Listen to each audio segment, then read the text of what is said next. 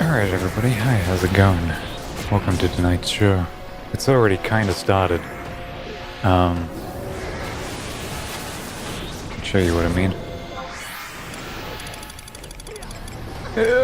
Give me a moment.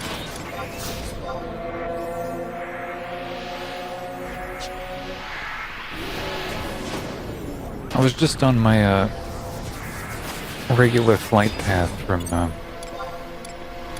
past Dr. Juno, and this motherfucker shows up, and we've been trying to kill it forever.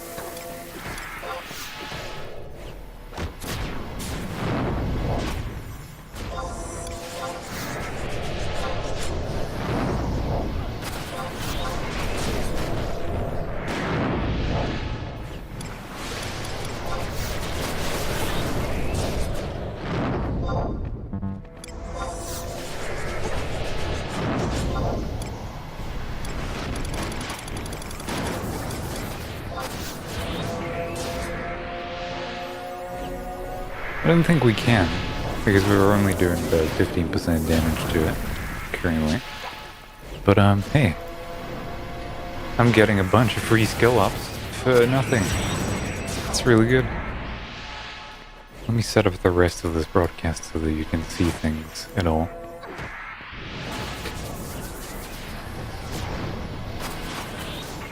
Okay.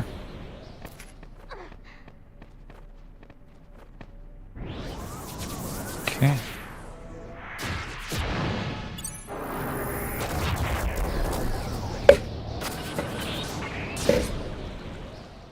And so yeah, this is apparently what people meant when they said do the weekly high wind or something like that.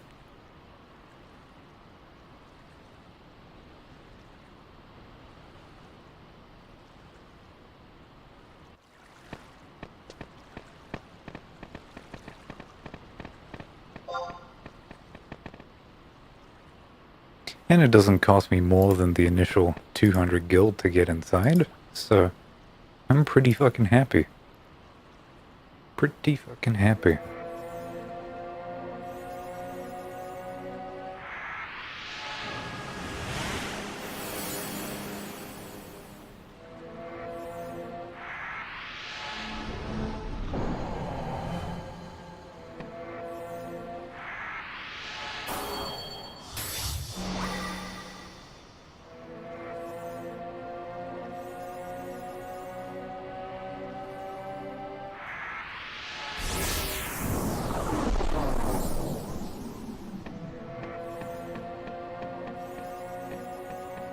And I feel like the more people get on, and the less people get off, eventually we'll kill it. So that's kind of my vision currently.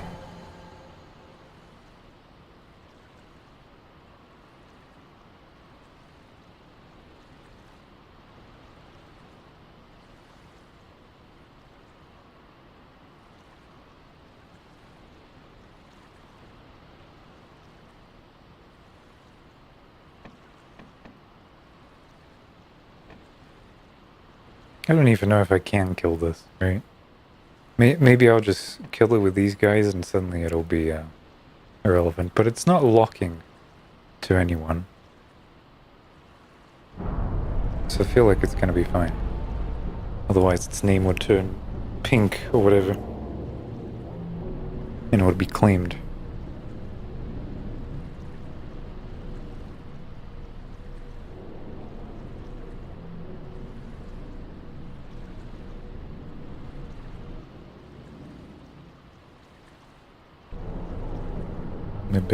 Limit break 3, need Castle, Destroyer, and Davoy.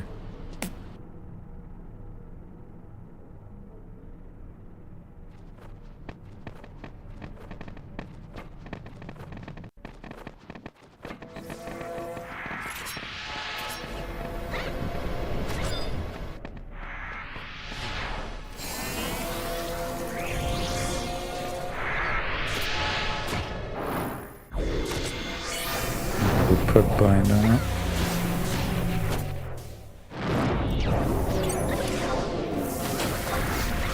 I'm deciding to use Banish because it gives me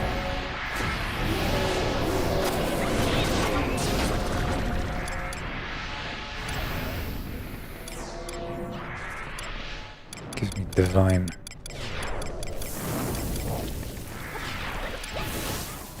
And I'm going down here and using my elementals.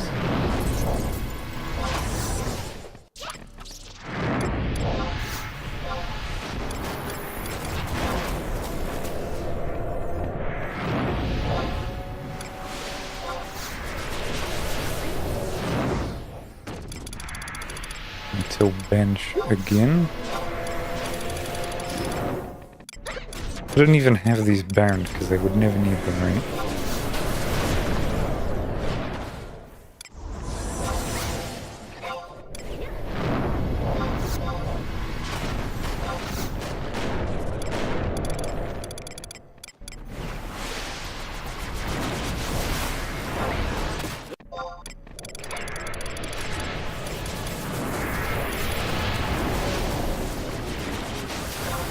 Did he fall off?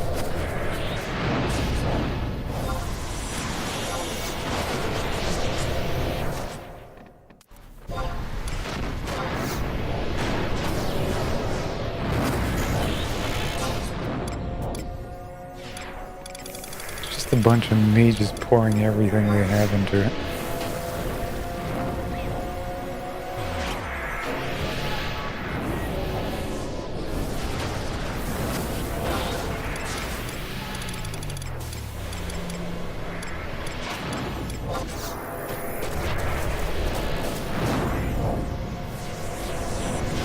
Got about a 7% hit chance so far.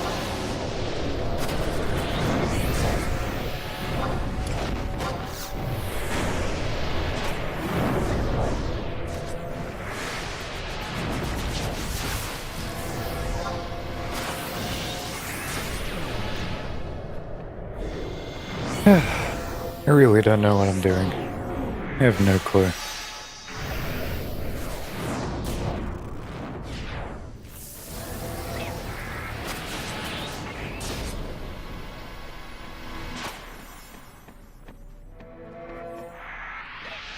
I feel like we lost all the melees.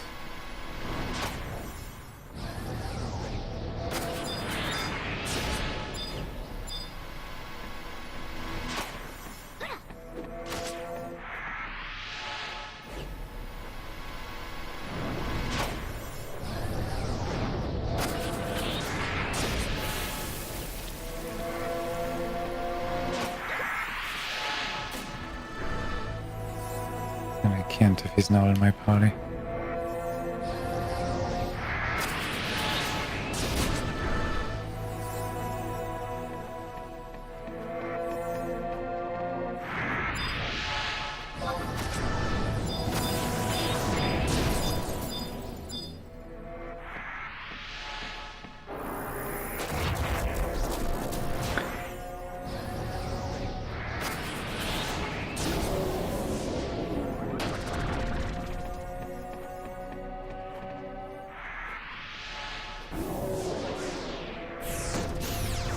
Hellcat uses warp cudgel.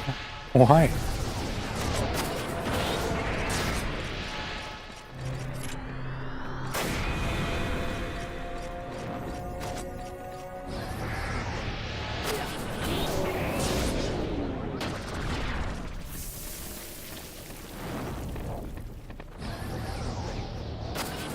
Yeah, there we are here now.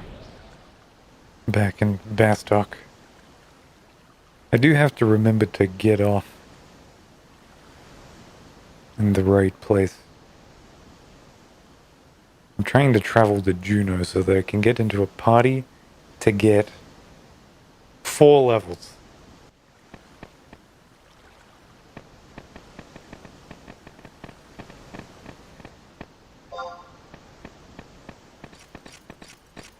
And then I want to do the missions that will give me the teleport scrolls so that I can start charging innocent people.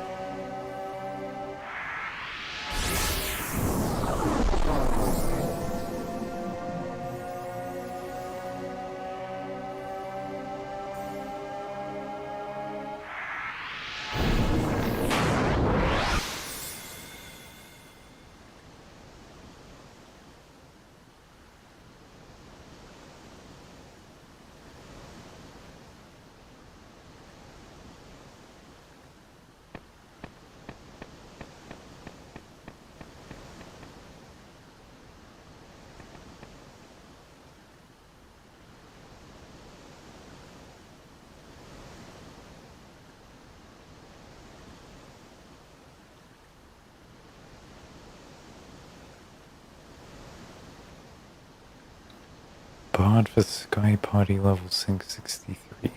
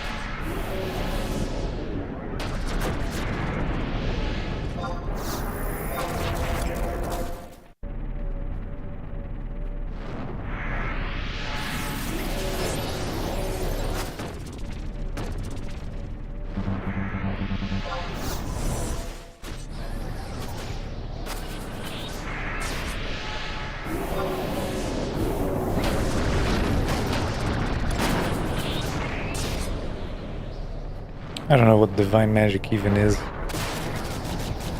think this is the only spell that has ever leveled it. Ever leveled.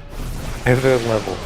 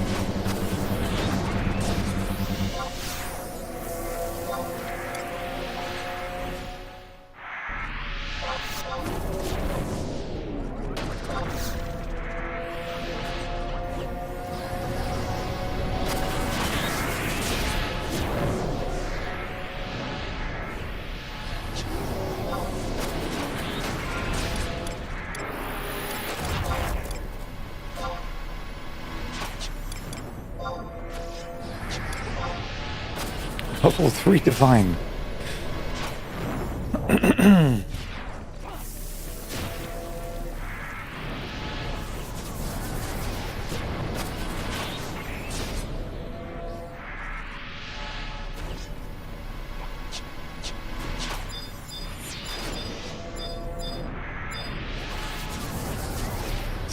%. I'm going down.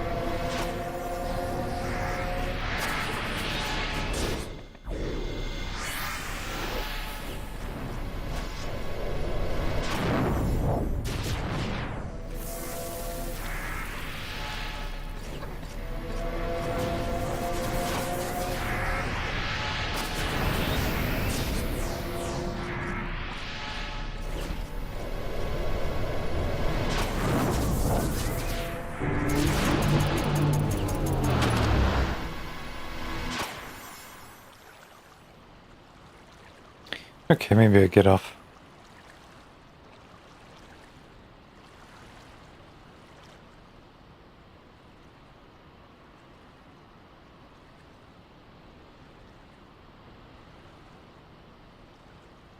I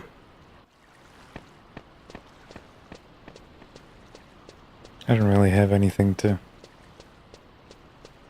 do with that.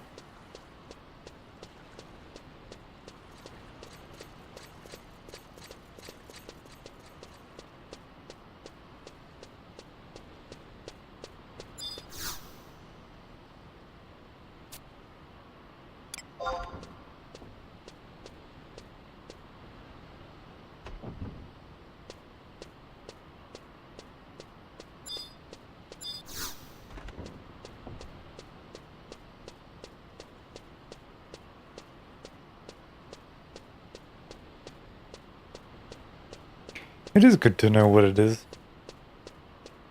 Though I should be on the lookout. I'll probably try and Sunday in the afternoon. I'll have to check and see if there's a group for that. That, and I have to do Eco Warrior as well, because I've missed like the last 2 weeks or something.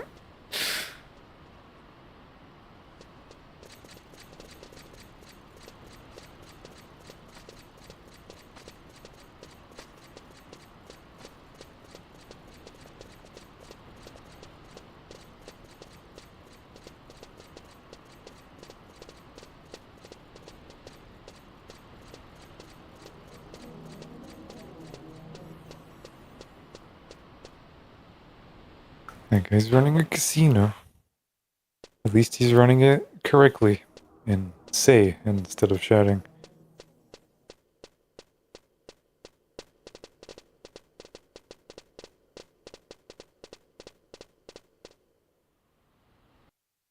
You have my cash show up? Nope. I have like 16,000 liquid assets just sitting there.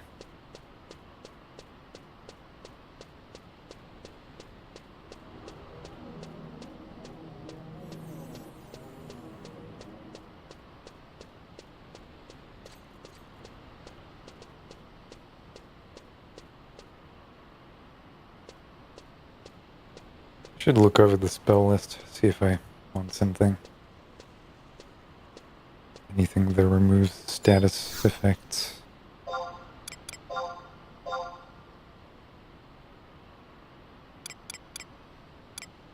Bandage 2. Like 10k. Alright. Let me jot that down.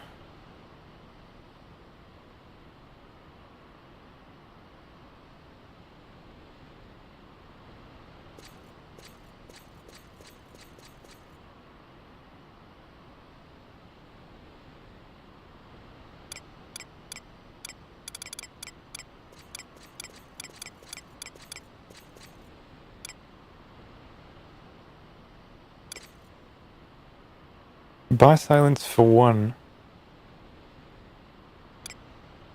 But bar silence raw is for everyone. And it's not the same classes. Okay.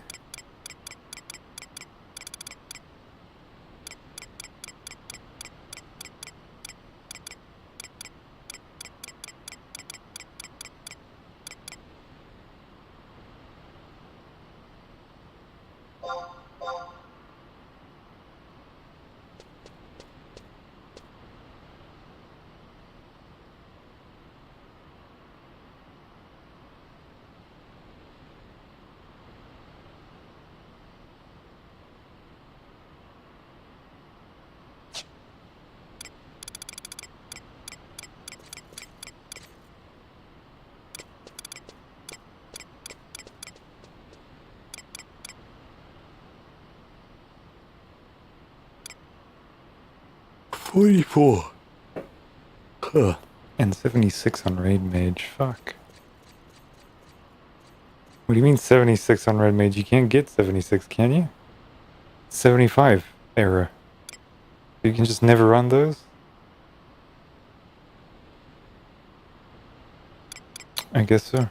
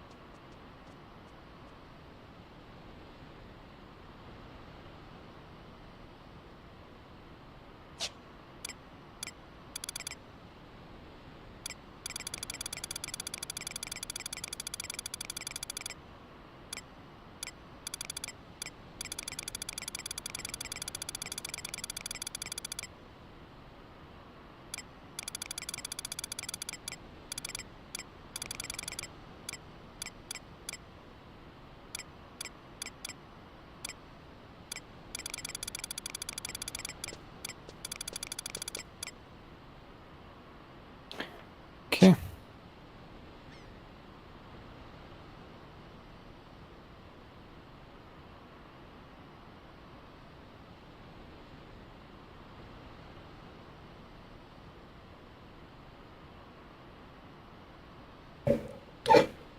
I'll be right back.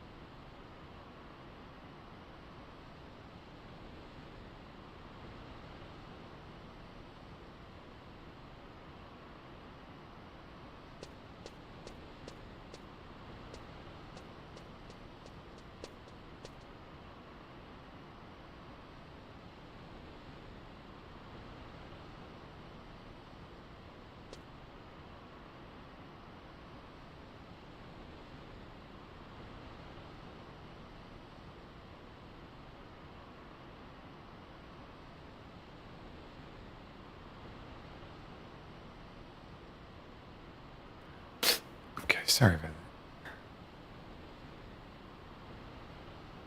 that.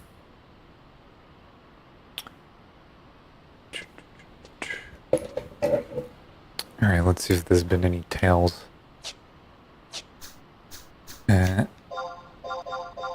No. No one wants a level 32 white mage in their party, apparently.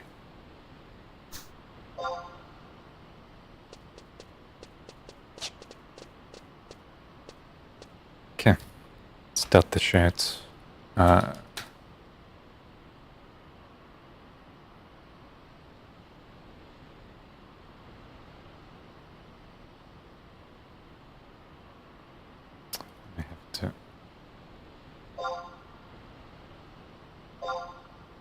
Looking for a party. Forgive me.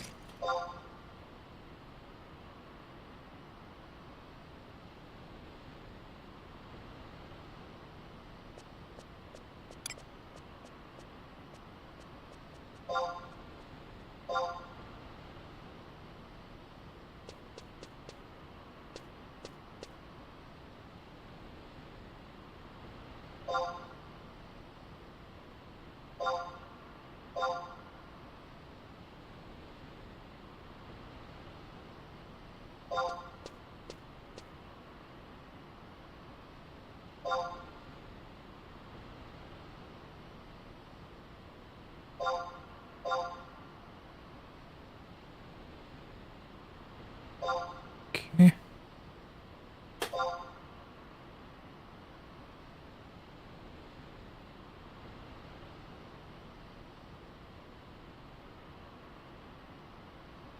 Yep. That is my advertisement, as far as it goes. I am listed in the search thing with a comment, right?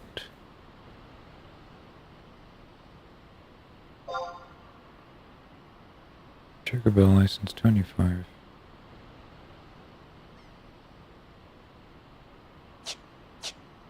I am 151 nowadays. Huh.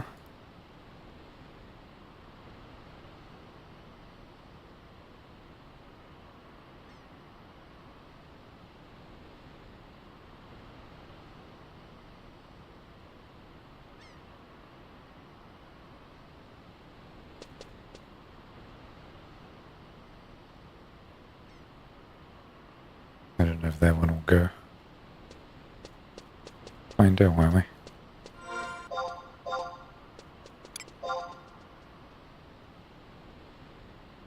It fits.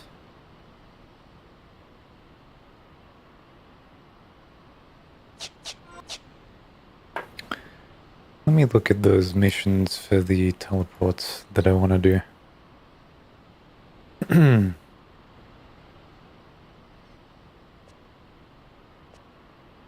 Oh, I have to have individually good reputations with all of these?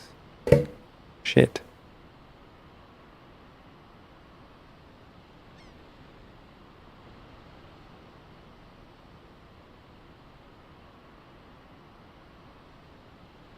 Which one is the best stock one? That one.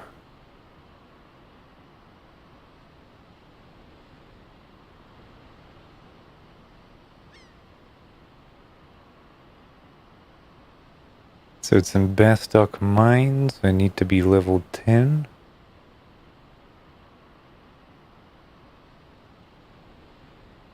I need to get a paint from the Great War and College Citadel. Where was that?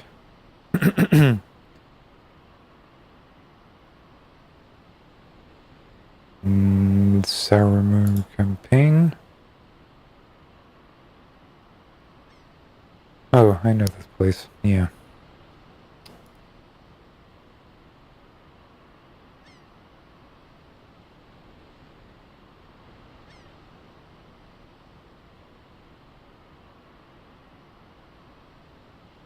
Bucket of divine paint returned to him for a... I mean, I could.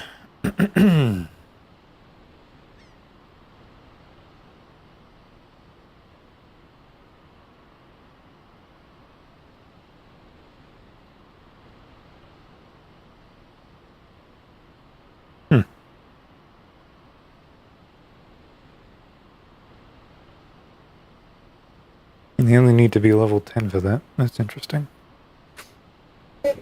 I should eventually invest in, maybe handing in some corn for the reputations in Sobina.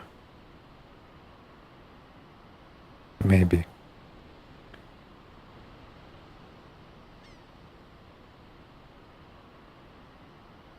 So that I can do these missions without any trouble.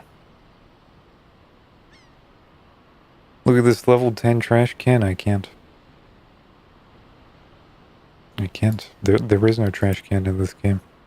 There's only walking in between trash cans.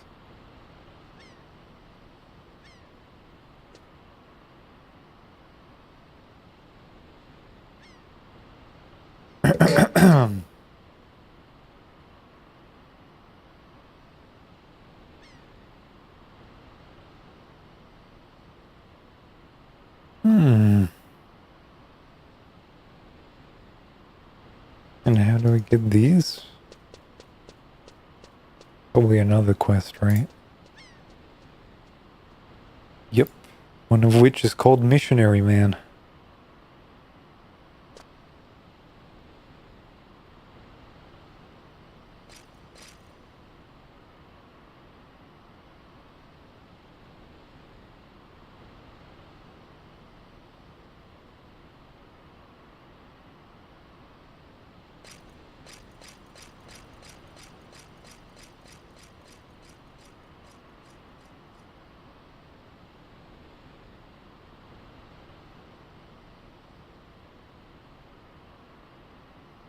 I love how this quest has, after waiting till after midnight Japanese time, or 10 in the morning Eastern Standard, return to him for your reward.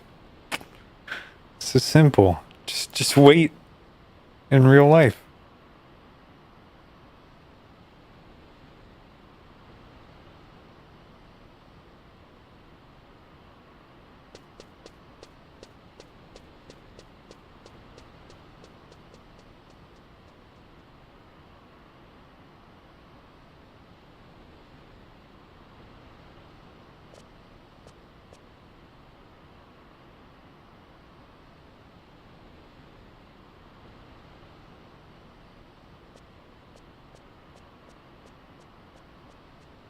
And that's in Kazam.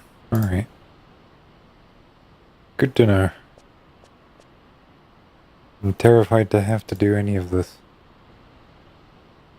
Yeah, I wanted to check the price of mole broth.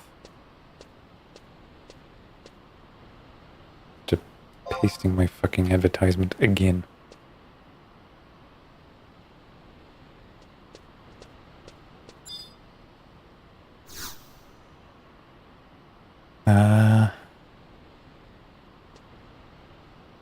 Weapons, ammo, pit items. Mole broth.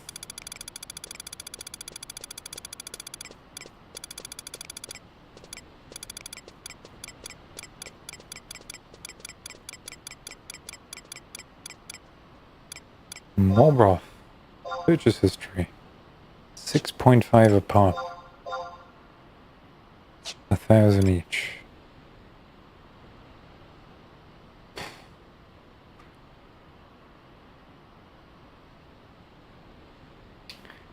Serious stuff.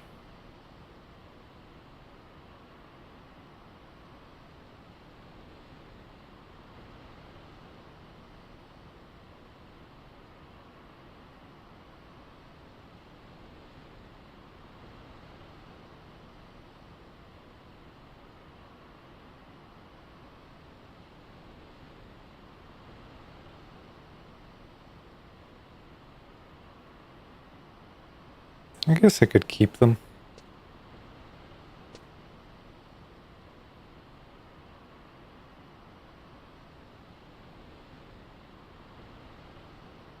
Whew. No one, really? Like, actually no one. No one's been like, hey, buddy, wanna...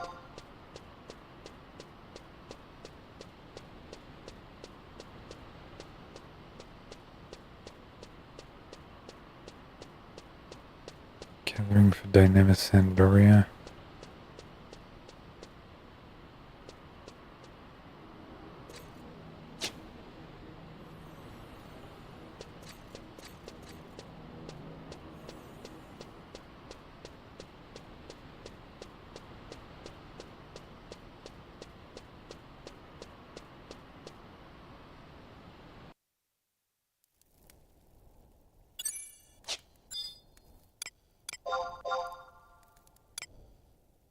No one wants to send me money. This is depressing.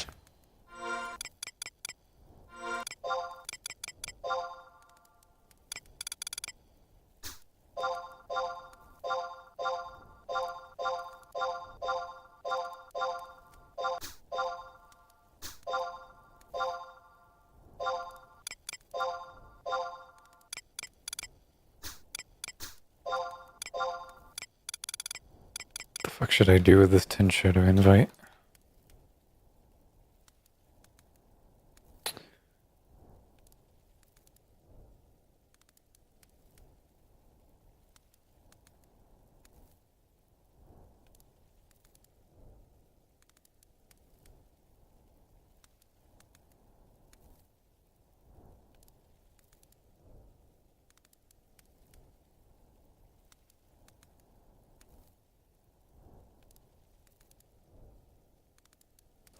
Regional merchants.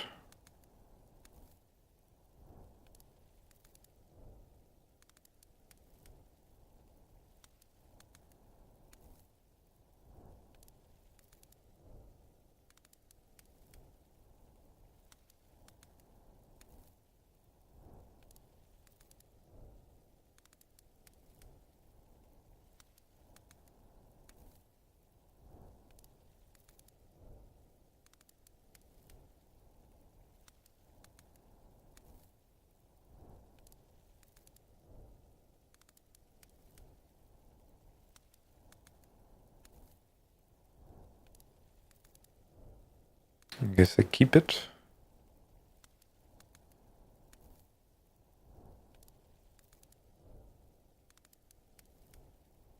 Yep. That's just an item I'm going to have to carry till the end of time. Now. That's fine. You know what? I can go to Windurst and fish. Or I can go to Sandoria and fish. Holy shit, I have so many options.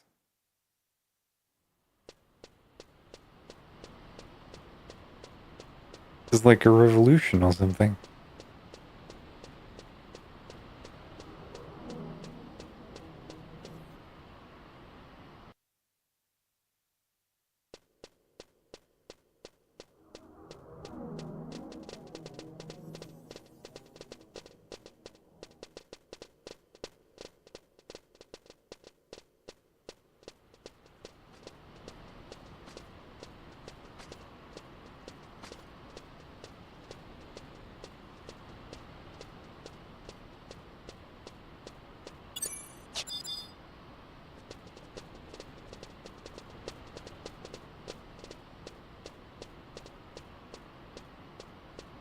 Anyone cutting ore, goldsmithing? Can I have it?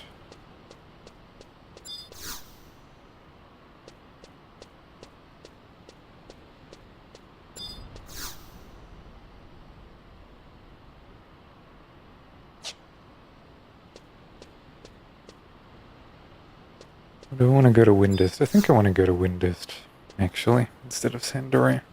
Because I have been fishing up moot carp and shit. And I think I have the level now. Just go and have at it.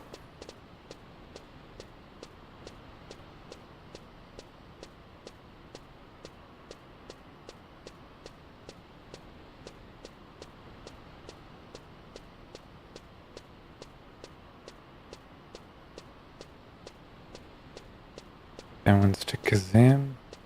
That one's to Windurst. There we go.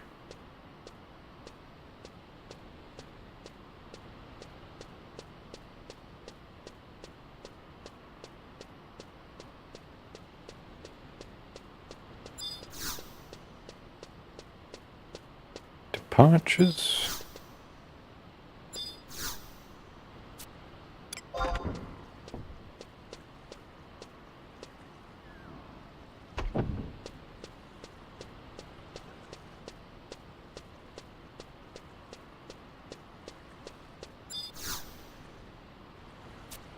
Six minutes.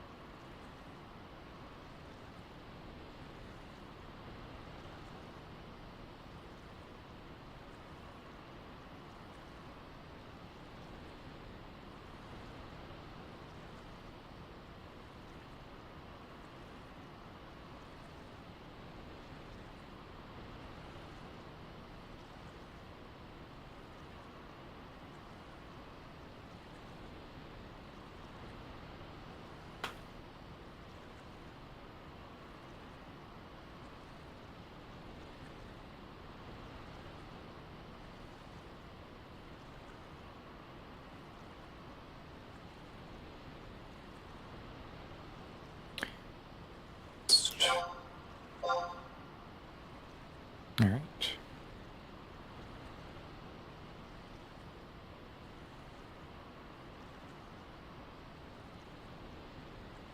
And now I can dynamically switch, I think. Because like I can do... What is it? Like set... Fishing?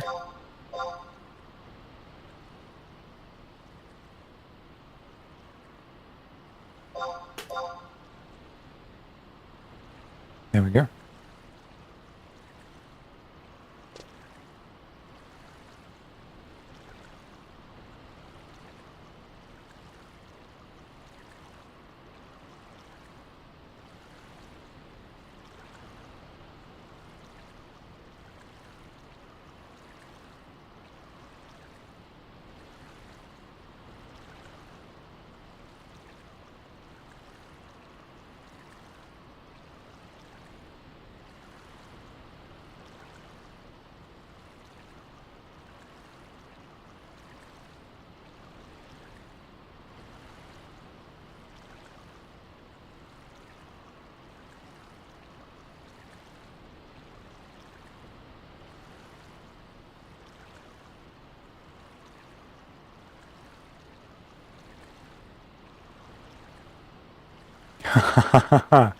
Oh, that's cool.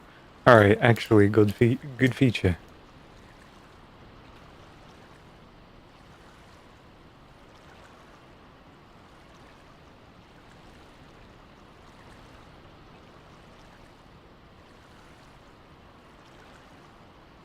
Ironically, a good feature.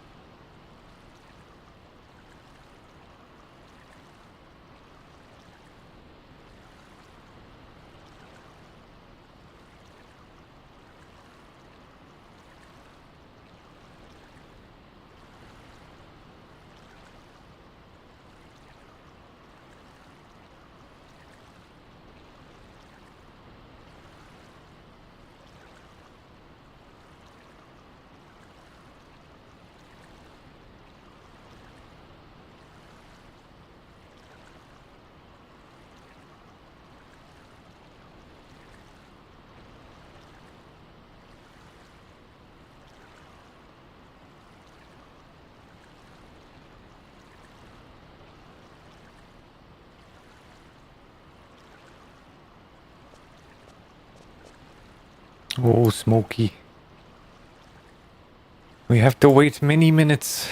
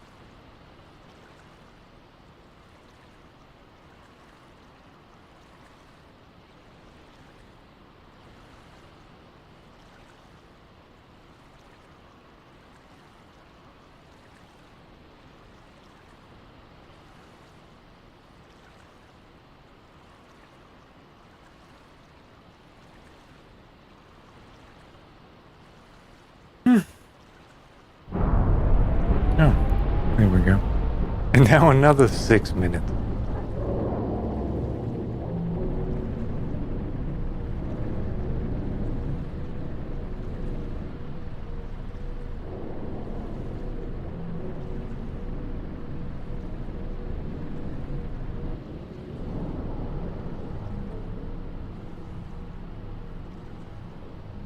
Hey, you guys. Let's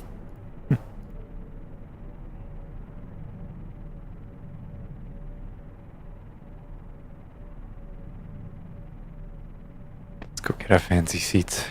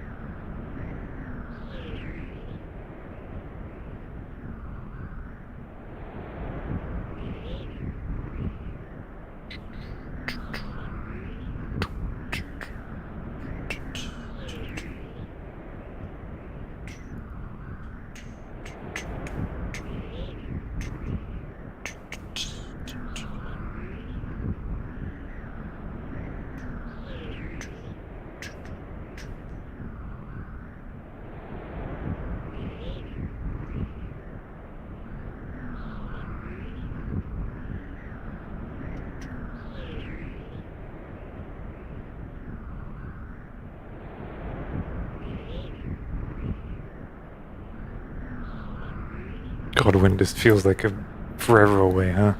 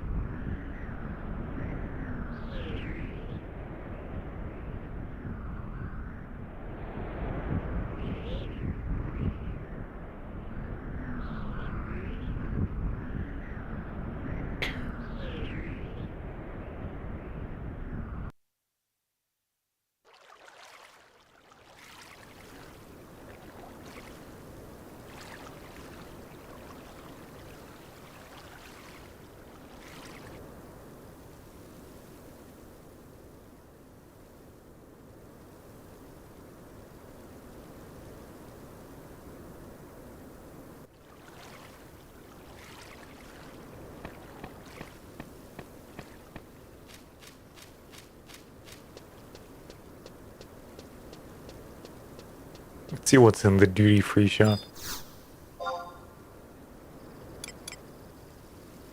Slightly cheaper in best stuff, but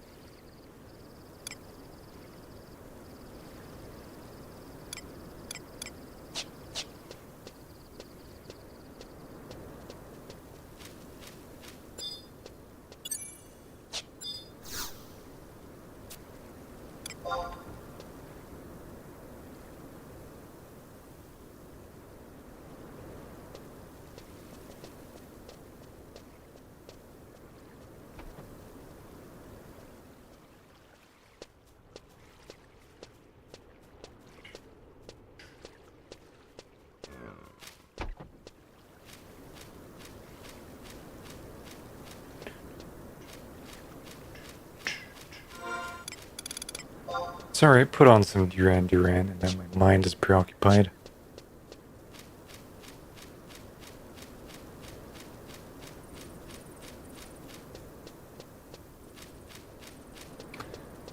God, this is still good. It's so funny that it's even true. I haven't changed this sound in like 40 years and it just works.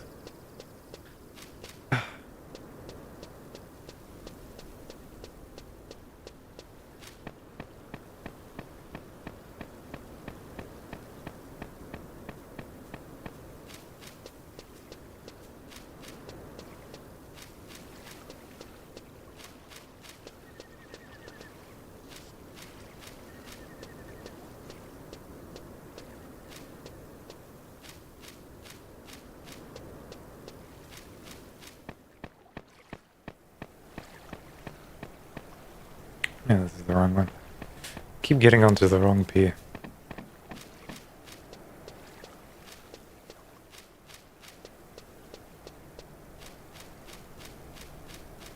Ooh, sheet cast set fishing. Should probably have a macro for it, but I kind of don't.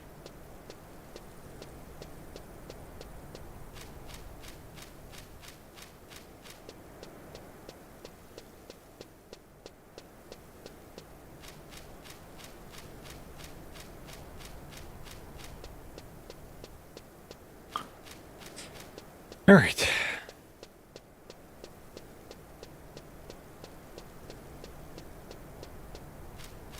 And it's a TF, right? There we are.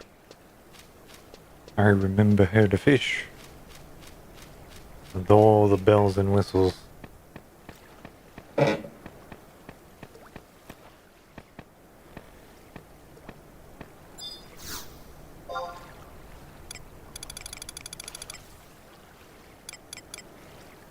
Should just get one of these.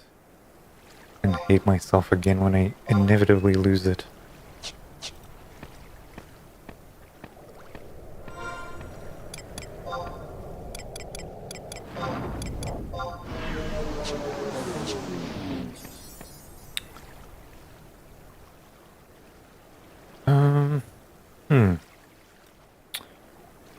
How do I do this?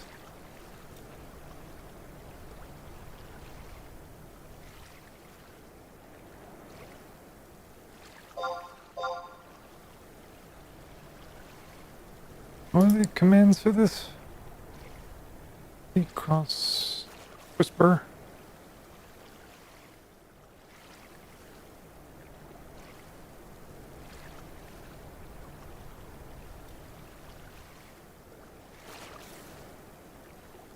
Pallet.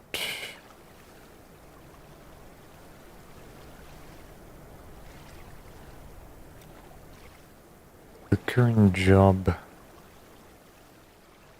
Can I just copy one? Thank you.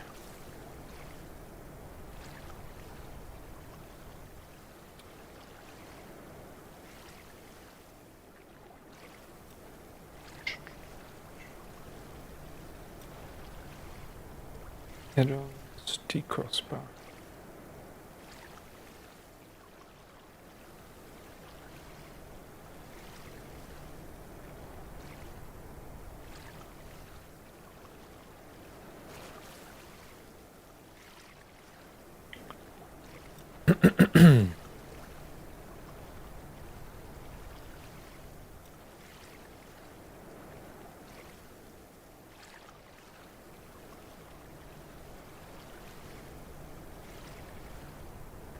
Okay. Findings. Paladin's Red Mage. There we go.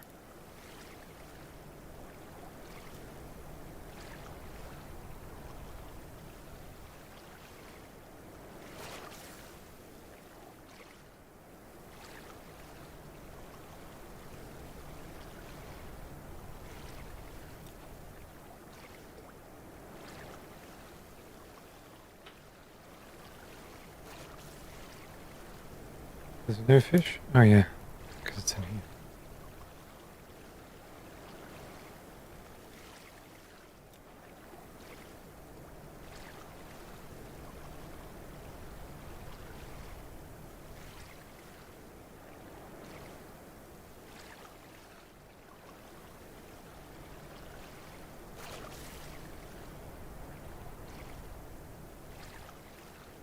Right, we go to the bottom of the white mage one.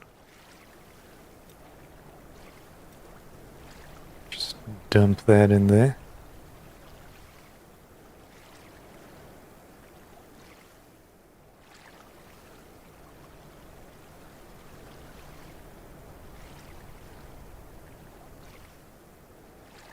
Okay.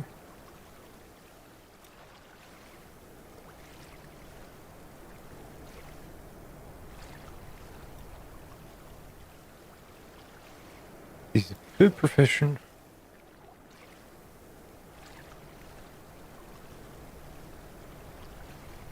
So I can just do that.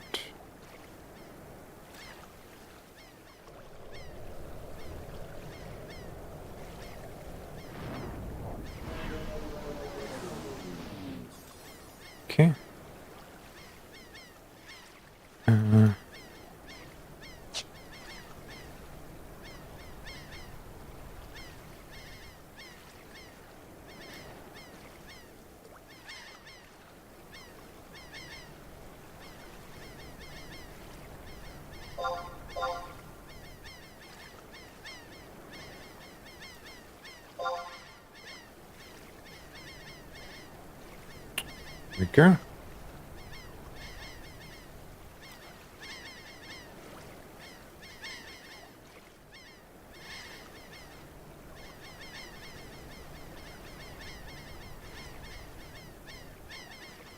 Be good enough.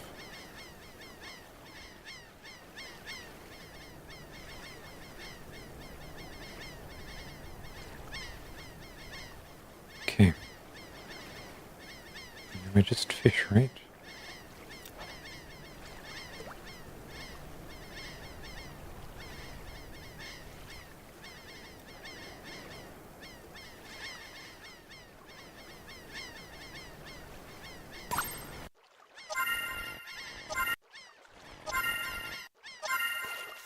Seagulls are absolutely ruining my life.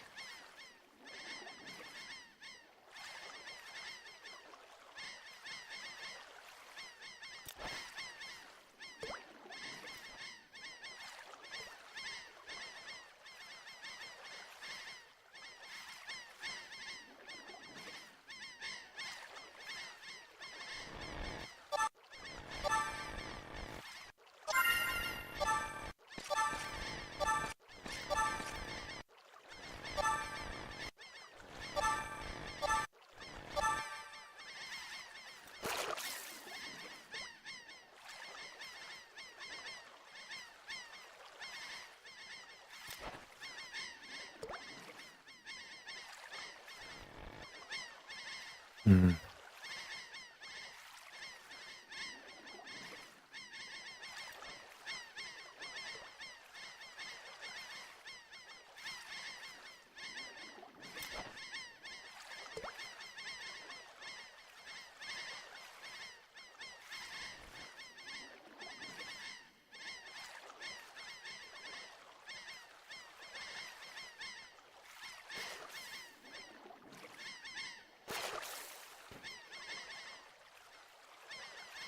I'm very uncomfortable and warm. I hate summer so much.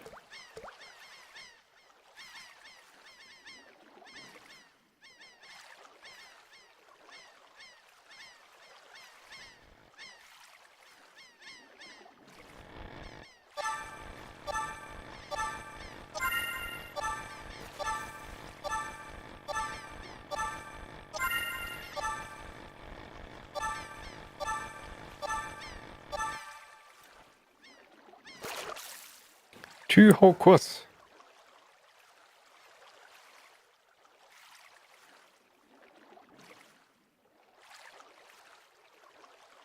Thank God. The seagulls, shut up. This is pretty much the entirety of why I hate this place.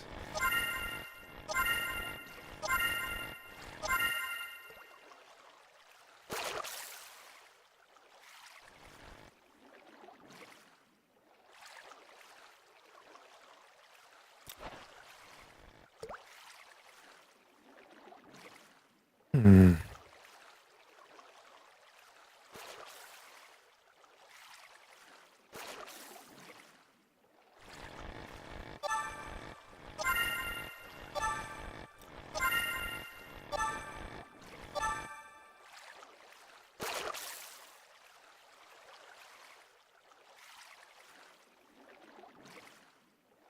To look at chat to see whether or not, because the add-on usually has it color-coded.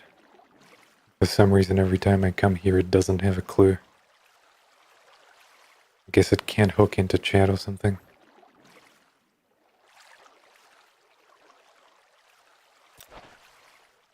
As long as I avoid anything that has bad feeling, I think I'll be fine.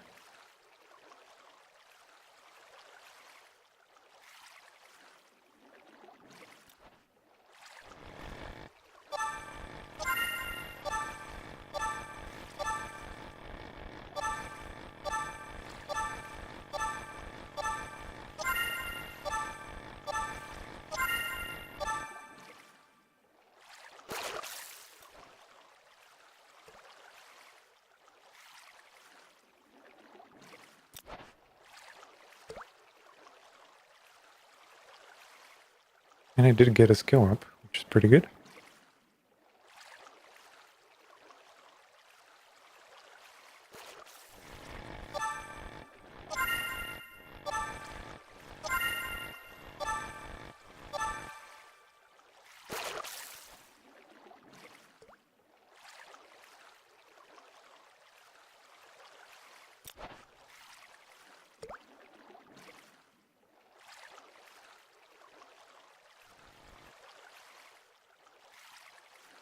Mm-hmm.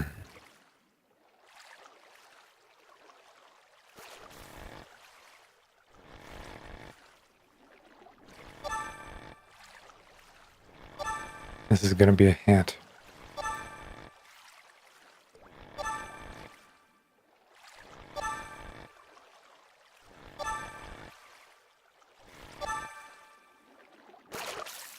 Or an item. That works too.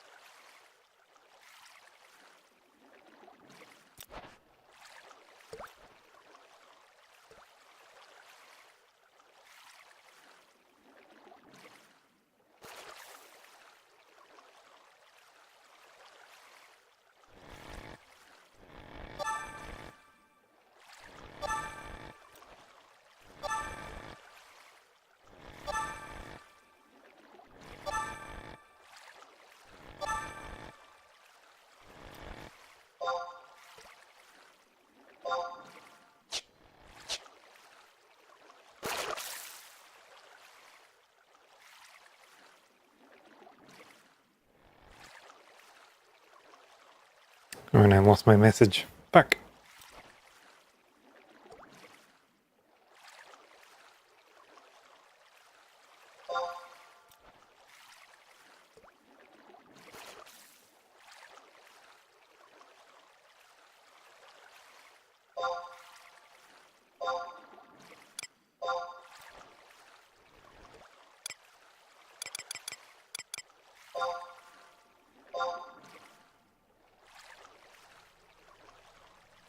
It needs to be yell. Sorry.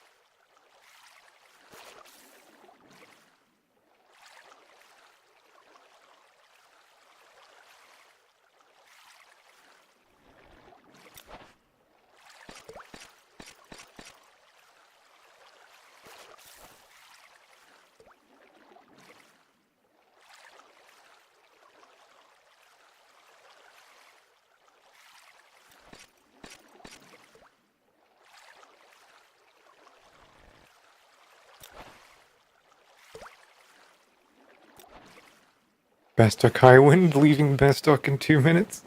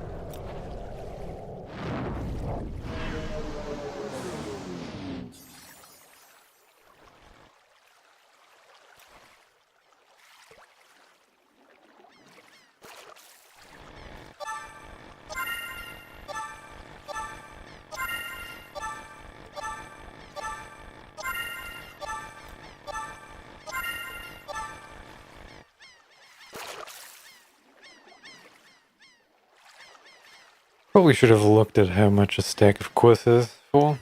It's like really low.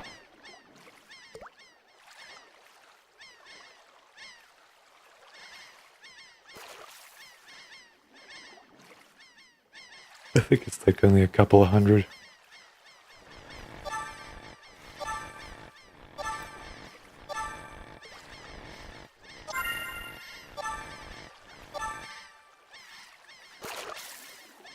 Best or sardines are like 1,000 something.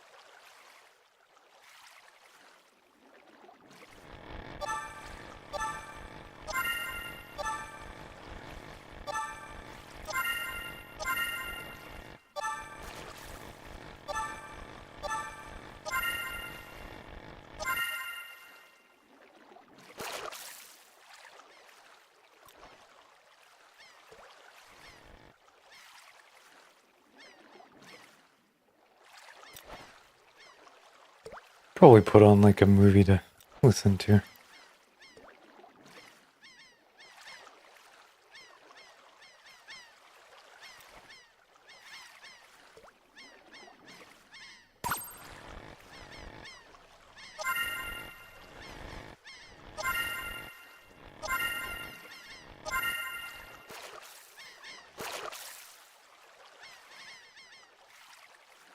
Mm-hmm.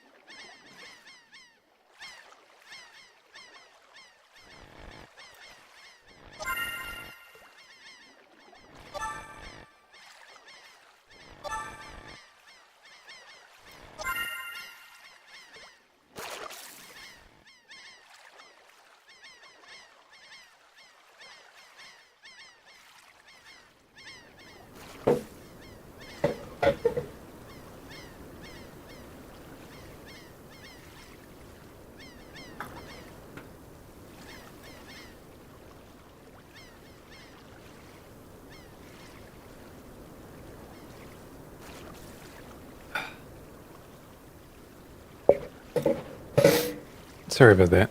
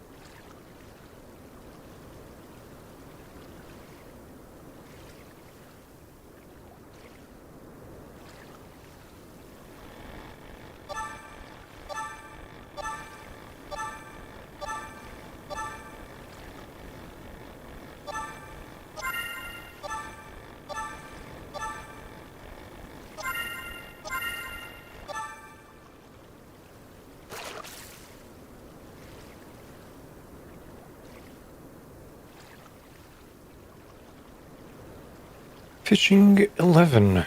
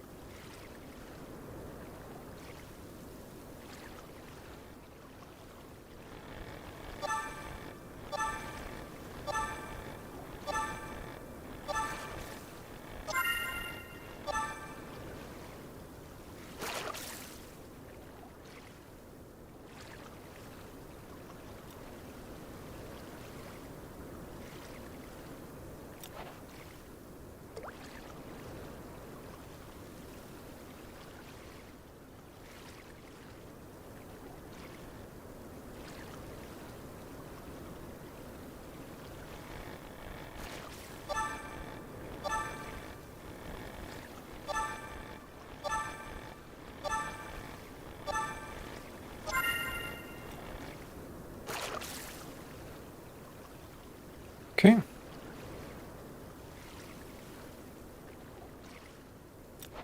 I don't know for how long I'll keep this up, but I'm not getting any invites, so maybe around like 1 in the morning is where all the Americans will log on, and that's pretty much it.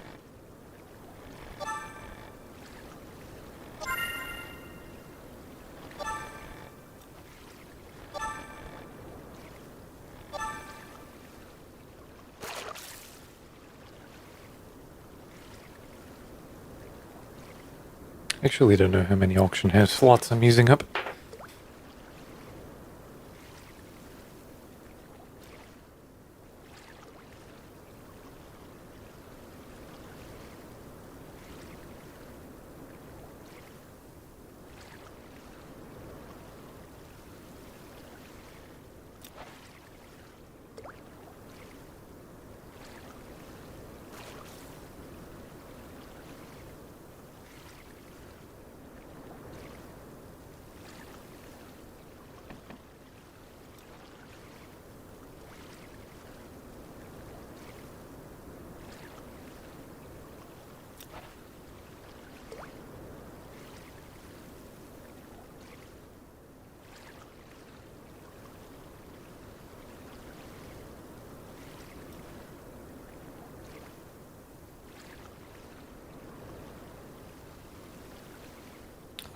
Post again.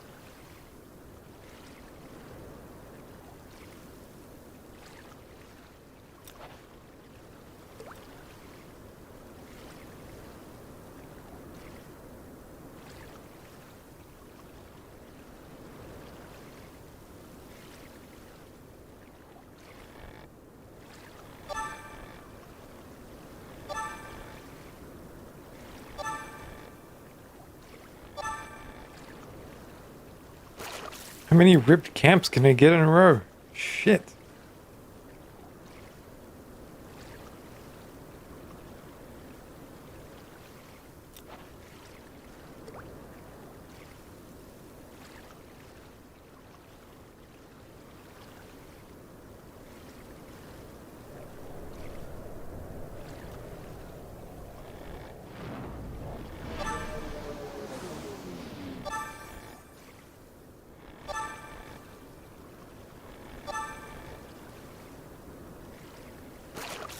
Apparently 7.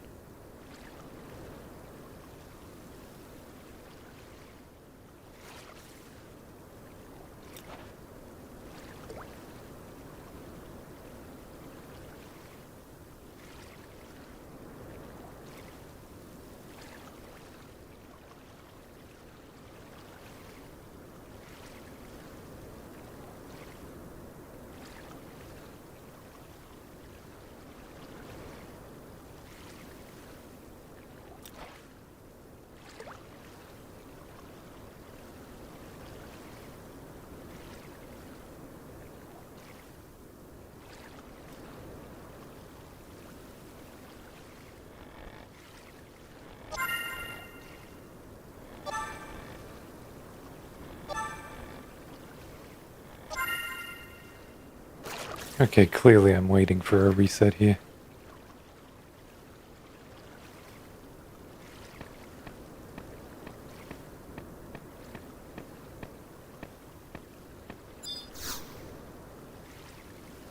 Oh yeah, this is closed.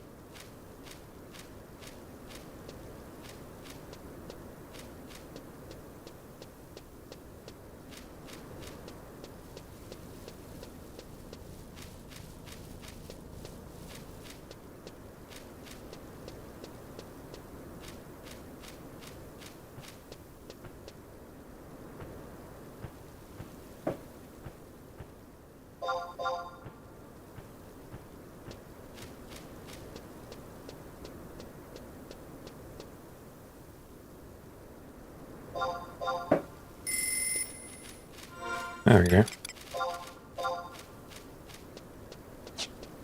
Oh, I don't even have time. That's good.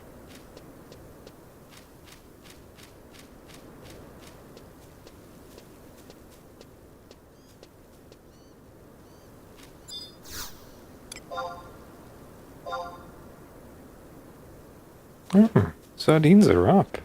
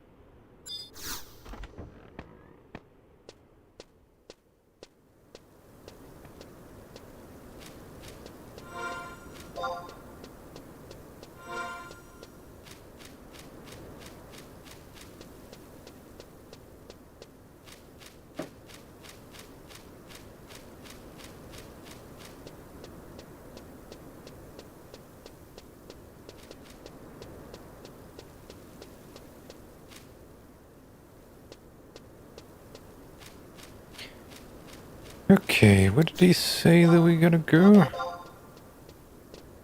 Maryford Mountains.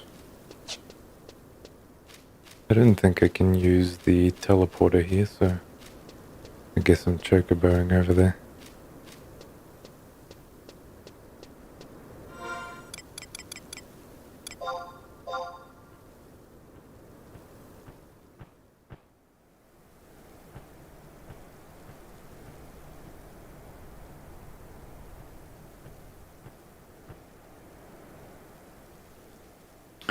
Maybe.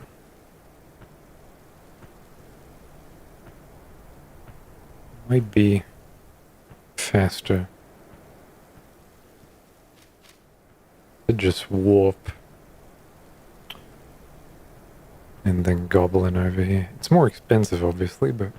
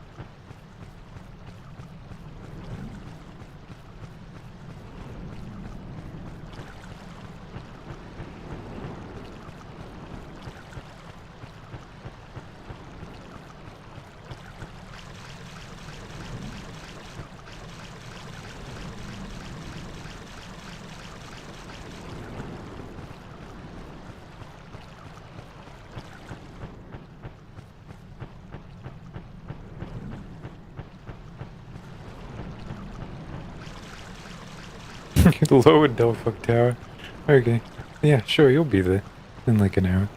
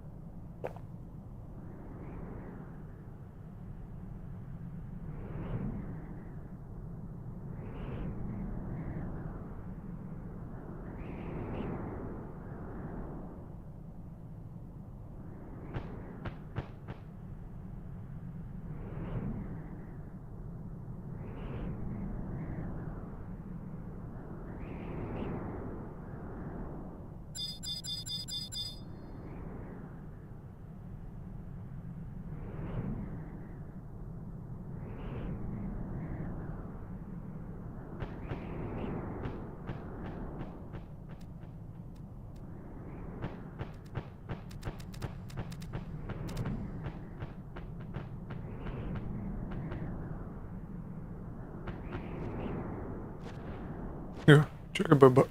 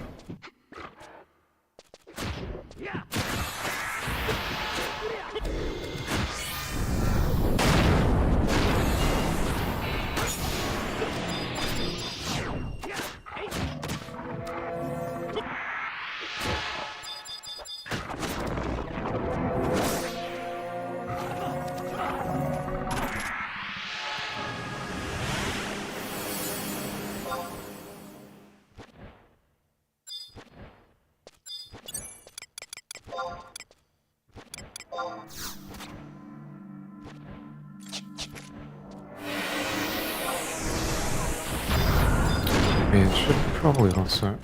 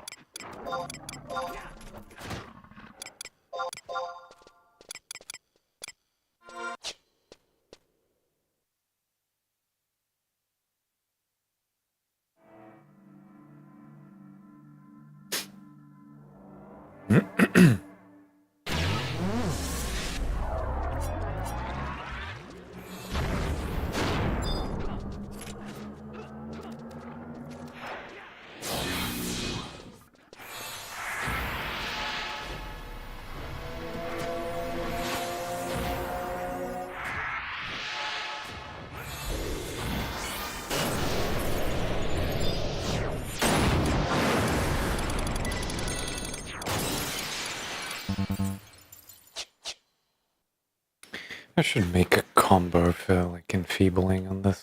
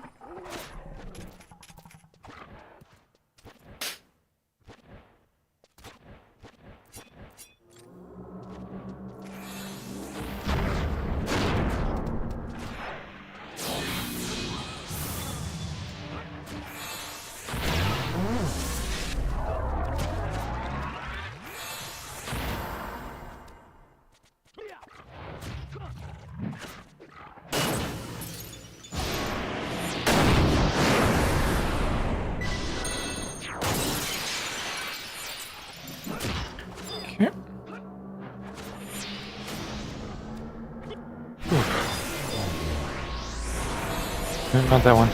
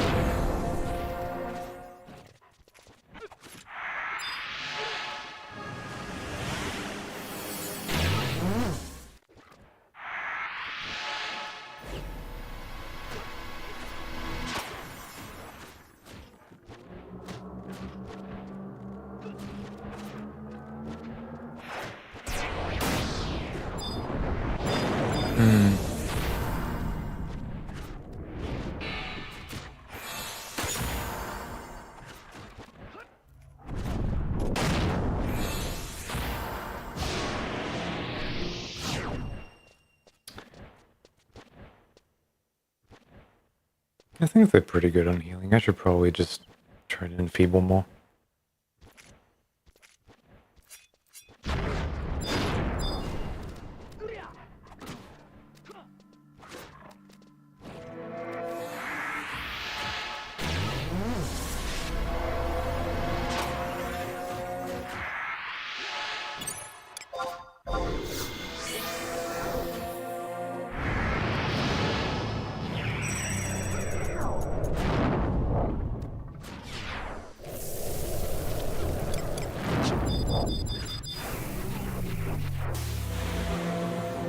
There we go.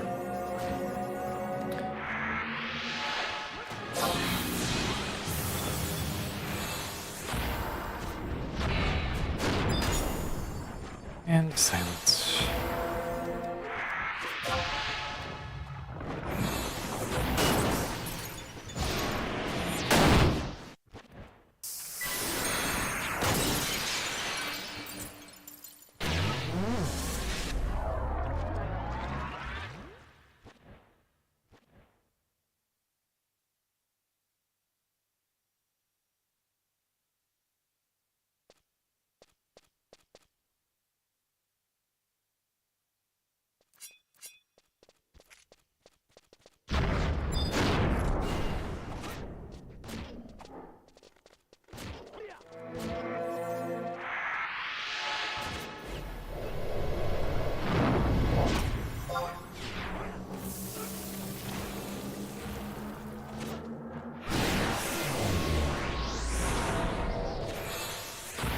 What is Orin?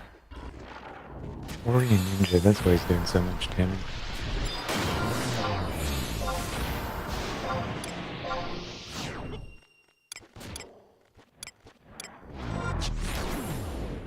There you are.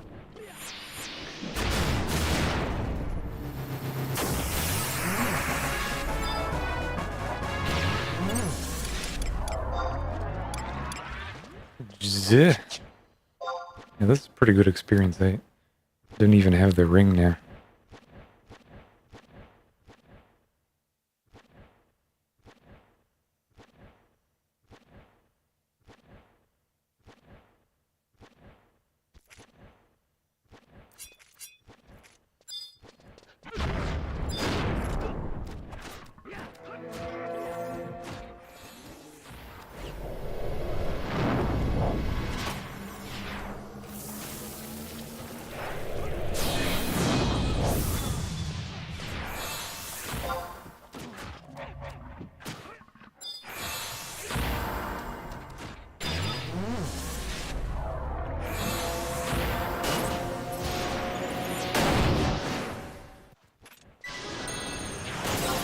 Pretty much just,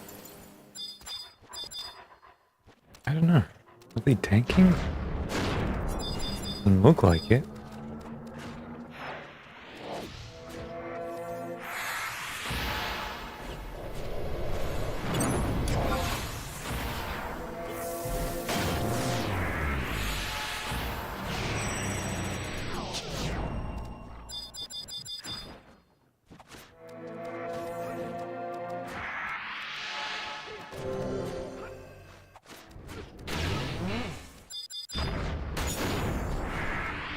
That silence off.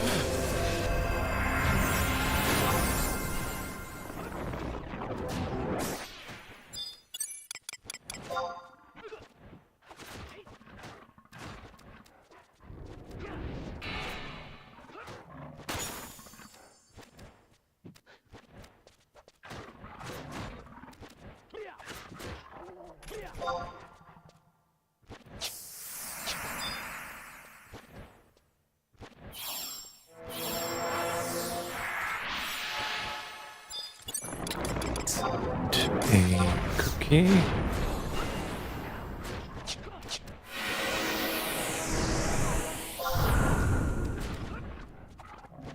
Fill her up.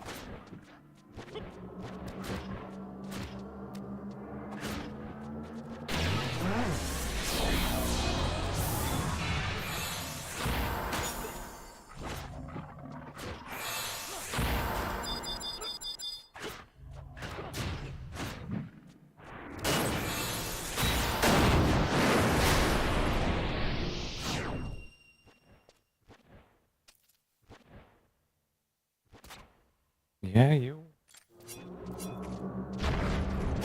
be fine.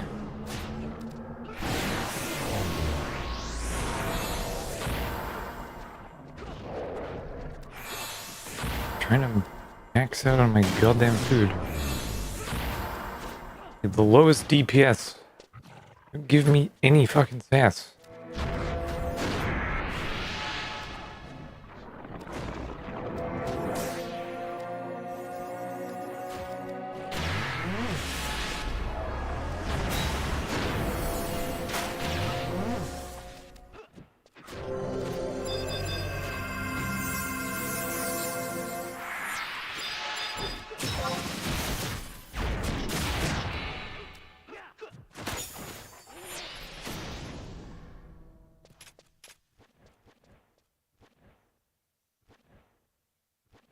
God damn it, you got things to good.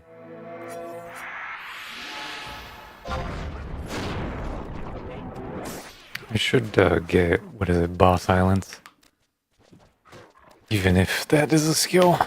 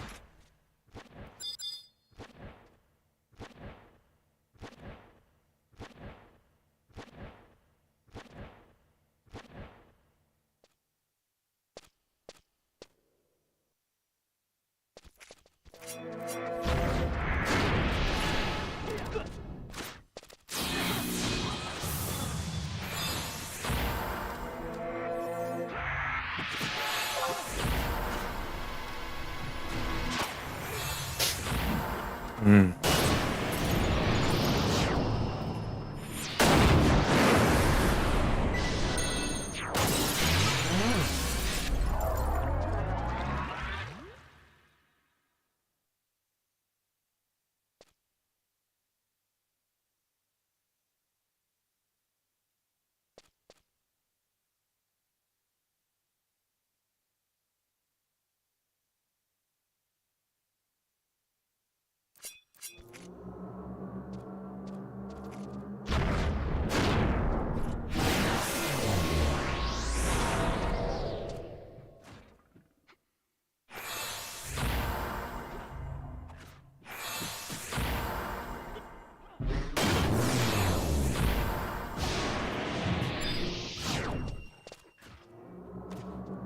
We can just rain. Get in here.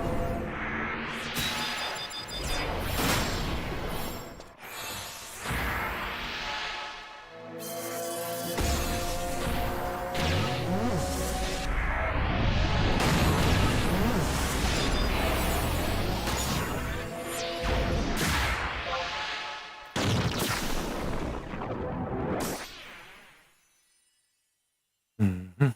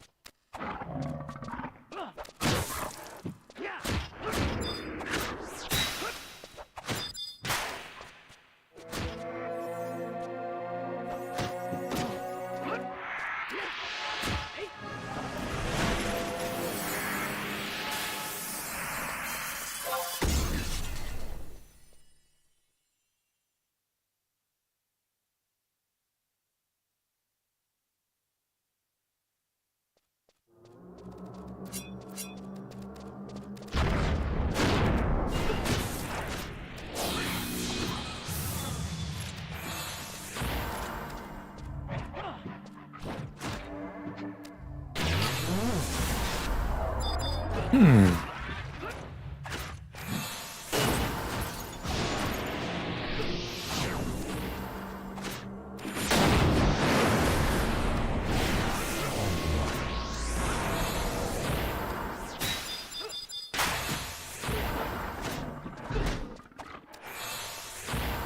What am I doing? There we go.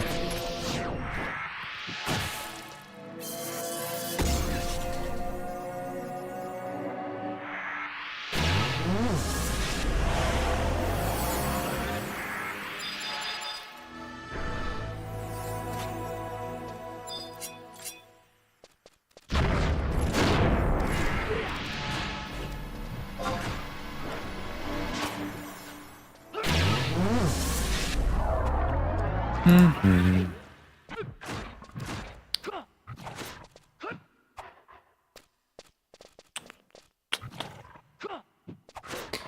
Yeah, almost feels like it. I did just watch an entire movie on the side. A svelte hour and 20-minute movie.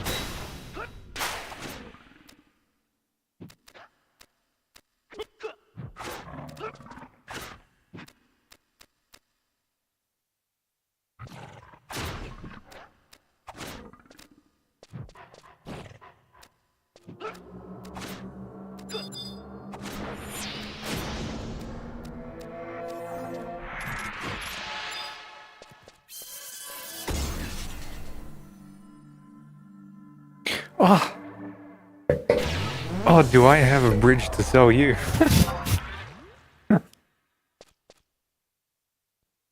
Also, fuck off, we're not taking applicants today. We found other person. Chat is occupied, sorry.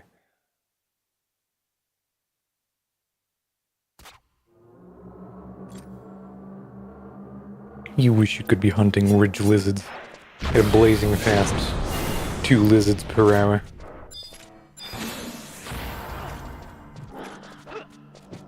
This efficiency is unmatched.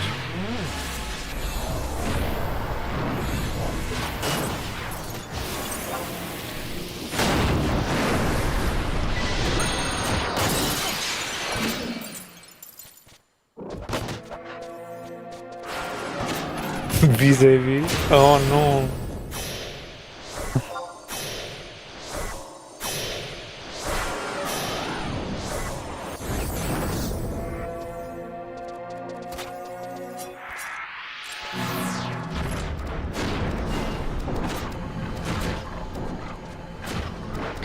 Oh, you got tips and tricks, shit.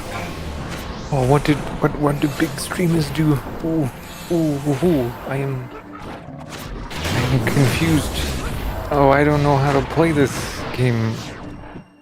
Ooh, if only there was someone. If only someone played video games.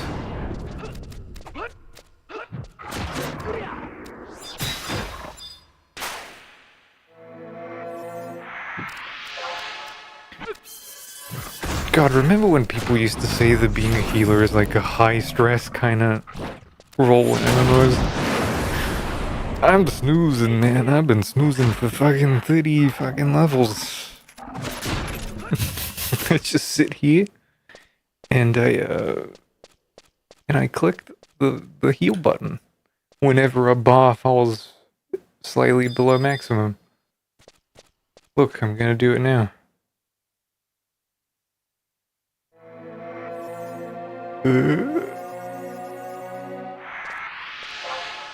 And just like that, healed forever. I don't have to heal that guy for the next minute and 7 seconds. As this guy summons the devil right next to me.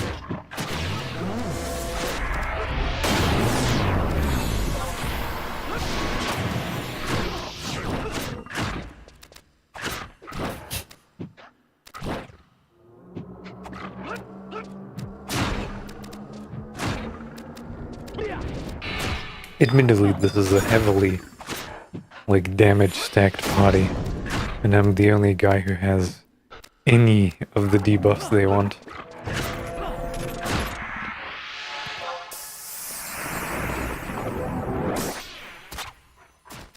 Like I'm in charge of buffing, I'm in charge of debuffing, I'm in charge of enfeebling, I'm in charge of healing.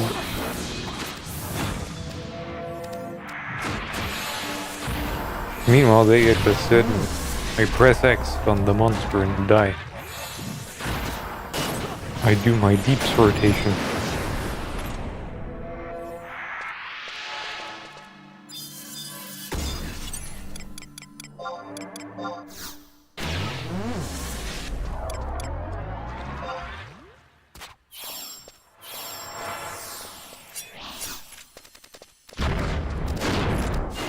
And then I shove a cookie into my mouth. To regenerate mana increasingly better. Just as I crouch down, you get paralyzed. And now I sit, motionless for 20 seconds.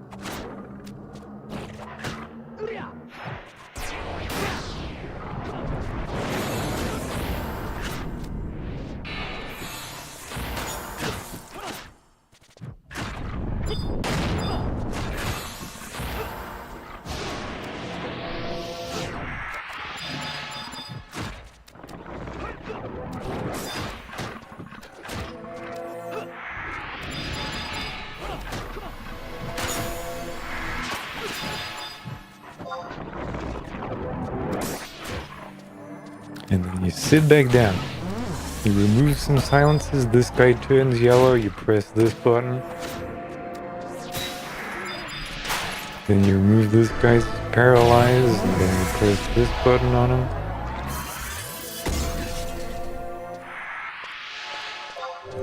It's just like new. Just like new.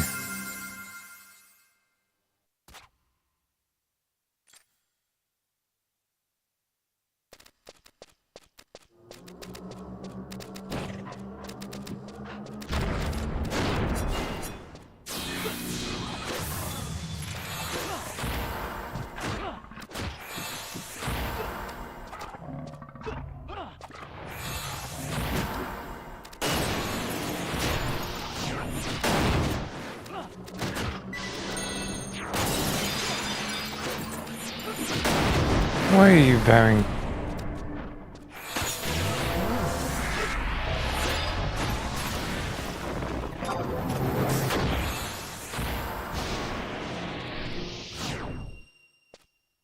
I'm trying my goddamn best here, man. Trying to multitask. Watching a movie and keeping your ass alive.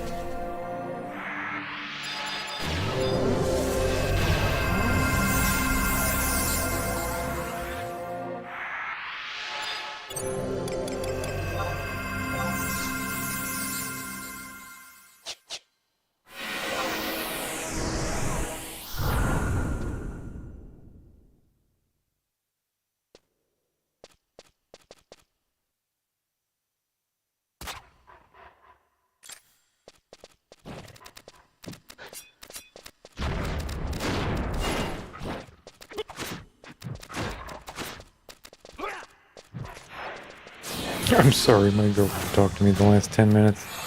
That was terrible. Why won't you stop?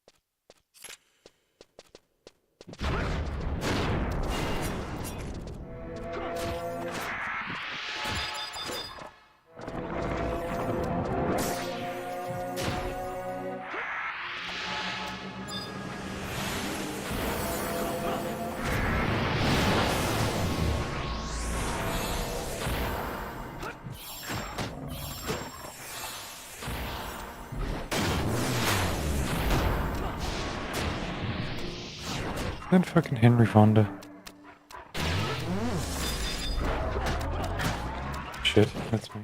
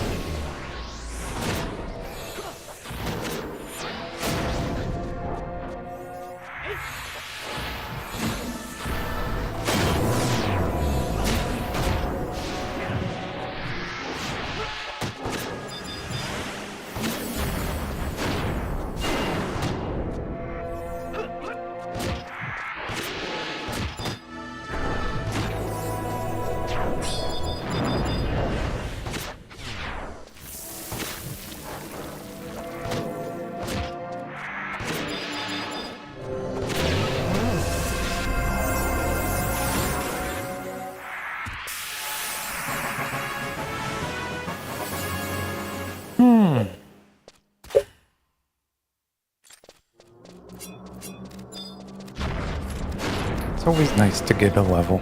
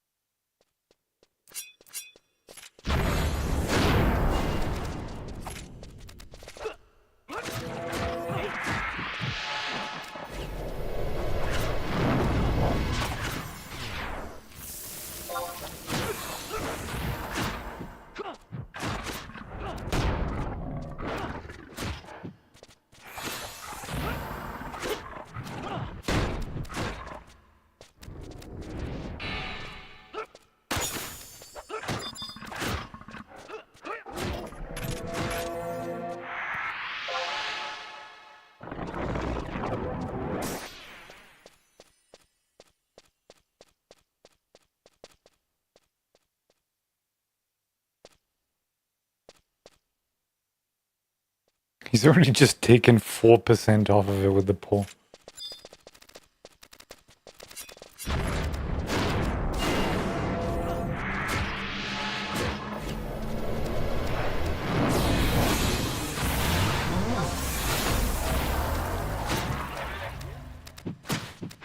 Hello there, fellow Game Ghoul. I was just scrolling through the channels when I noticed shucks. your epic gameplay. Epic gameplay.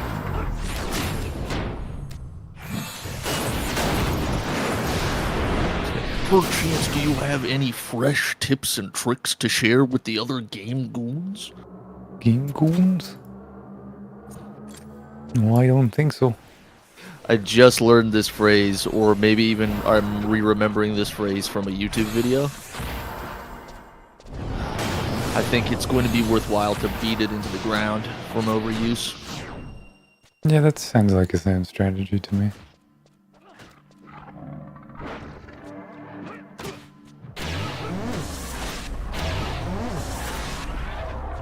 Right now it's ducking properly, and I can hear my thoughts. I don't know why I didn't do that earlier. This computer watching keeps a just movie at the messing same with me. time? Yeah, I was watching. Cause What'd you watch?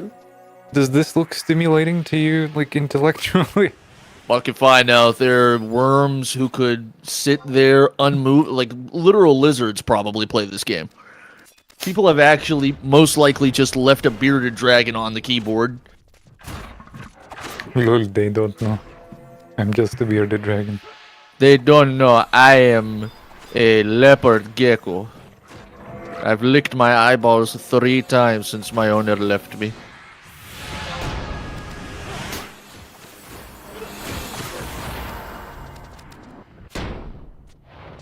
I mean, sometimes it gets interesting if someone actually says something stupid in chat while they're pulling.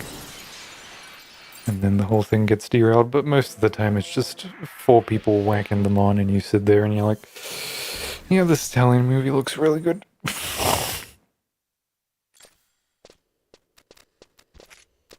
This looks really good.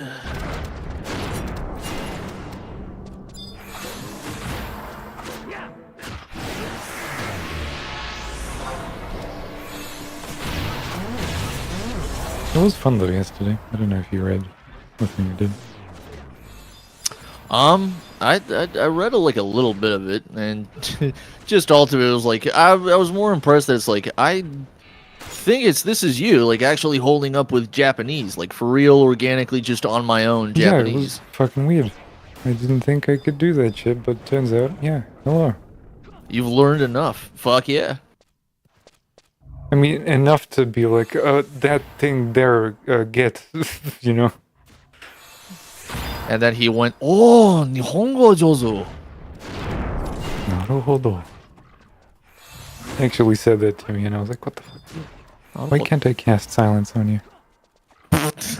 That's what you replied when he said to that. I am unable to cast spells. Oh, because I myself, Boo Boo the Fool, am silenced.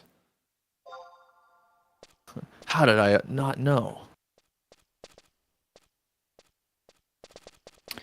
This motherfucker. He's like, I'm silenced. Why don't you remove it? And I'm like, bitch. You better kiss my fucking boot. He's the only one that's taken damage on this entire party. And he is 5th on the DPS table of 6 people. The 6th being me. The non-DPSer, the kind of handling everybody else, or He's like, he came in 2nd in a race where there's only 1 person participating.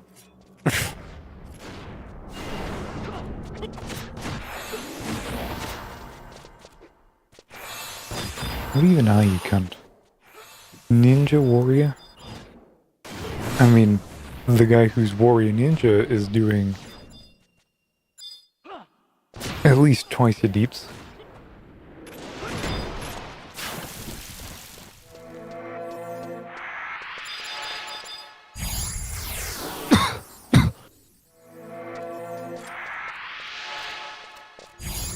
I feel like I may have asked you this once upon a time long ago in a dream, but did you ever play the God of War? Not the God of War, the Gears of War series. Not that gal, different gal. Different gal? The different gal. Did you ever play the Gears of War series? No, that was on the Xbox, and I never get Xbox. But there's a whatchamacallit, they Windows released the first one in like a weird edition port. And number 4 and 5 are supposed to be... If it was like any point after 2010, then probably not. I don't think I touched those. And even then, like, Cliff Bleszinski's early childhood wet dreams don't really hit the same way. It's the last bastion of 3D shooter, of 3D shooter, of third person, of 3D person shooter. That, and you must remember that I was essentially a Korean by playing mostly RTS games for 90% of my life.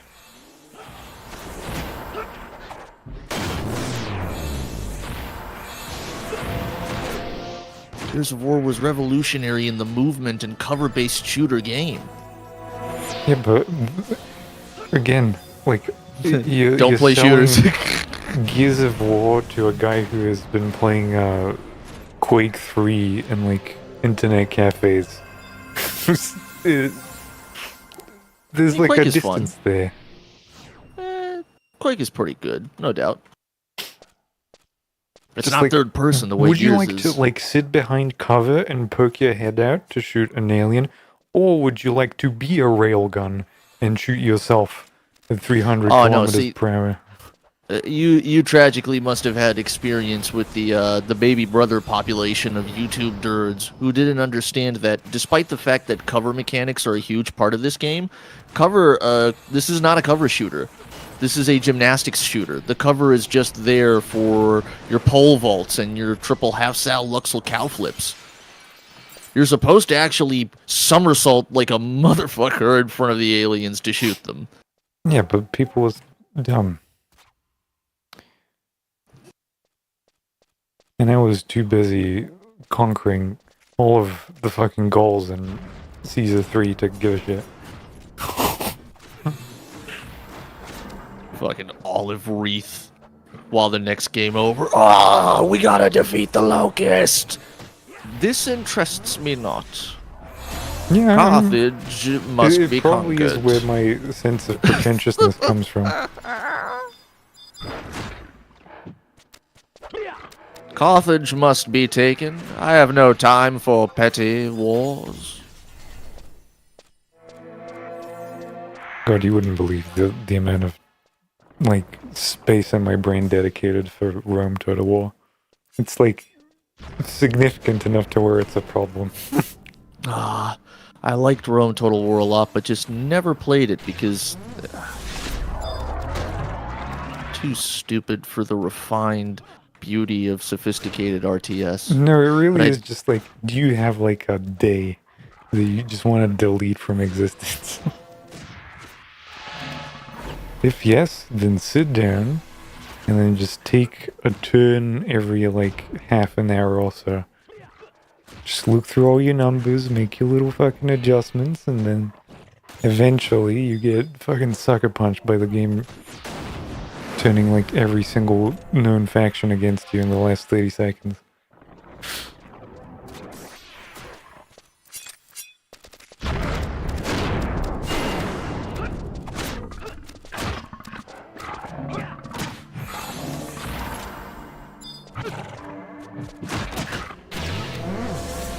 I always subscribe to like this different brains theory that some people are really board game people and some people want a ball and a backyard.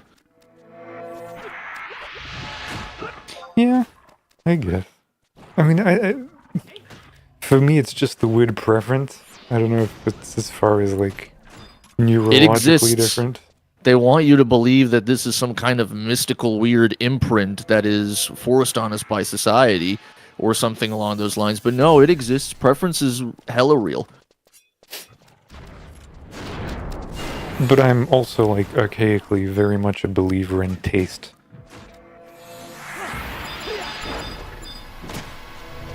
which is now kind of like a foreign concept, it feels like. Some people just like better things than you. And then they can feel superior because of it. I mean, some people figure things out better than others.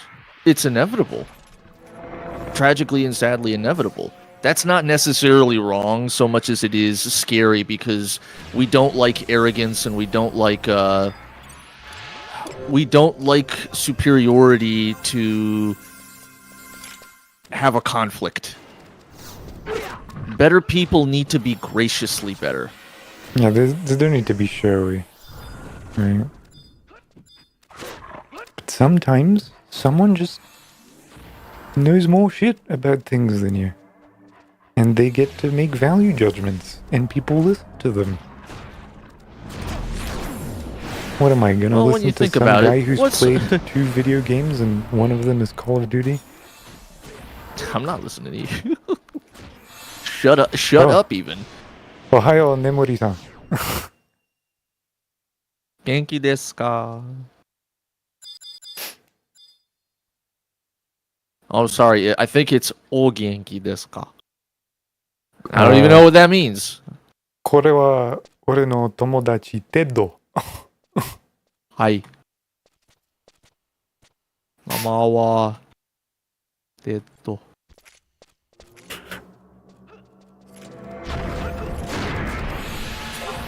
I've learned you could say 名前は instead of the whole 私は. Isn't it 名前は? 名前. Oh yeah, 名前. Whoops. Because it sounds kind of like name.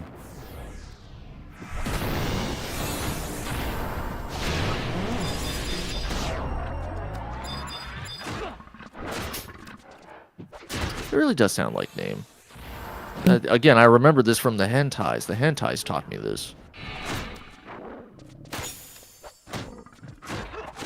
I actually, in a weird way, purely remember one such thing like that because of you remember Death Note, right?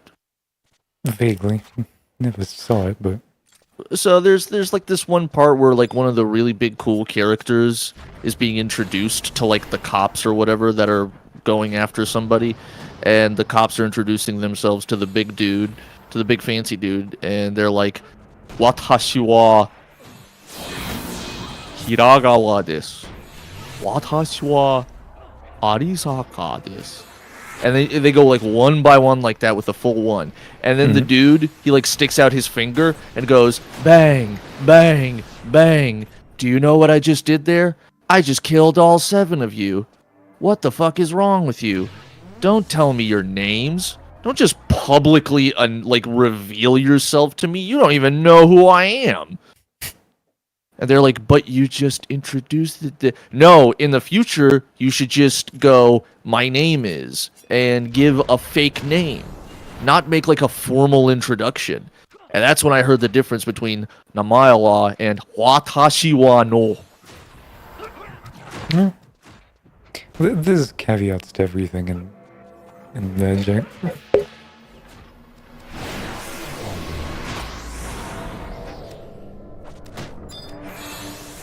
Like, I just found that they have a different word for, or like a different use case for to have. Like, the verb to have has a different version for, like, sentient and non-sentient objects. Oh, to have a sentient thing and to have a non-sentient thing, Yeah. there's a difference. Well, And I you guess there can't is a use them difference. Interchangeably. It's the same with, It's like, that's who so and which. specific. Right, but... Like, you could condition that sentence in English just based on like the nouns that you use with this, to have this chair. Yeah, but they have a different thing going on, you know? Different structure entirely. Like, you have to Japanese announce people. what the subject of the sentence is. It's like they speak a whole nother language. It's different.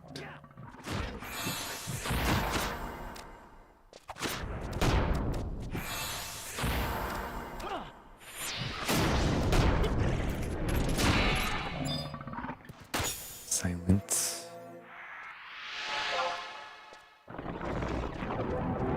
These people just love getting silenced. Can't get enough of it.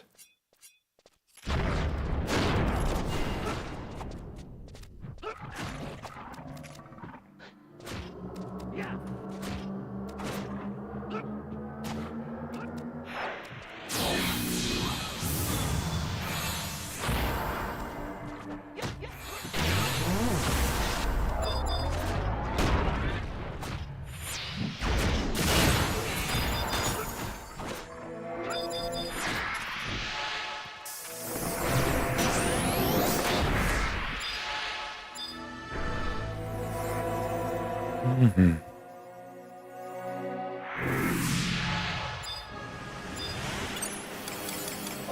Okay.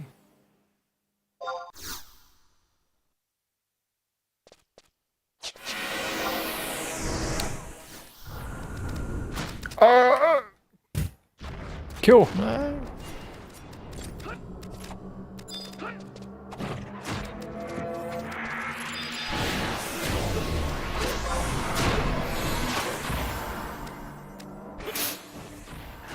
It was very awkward yesterday, I feel.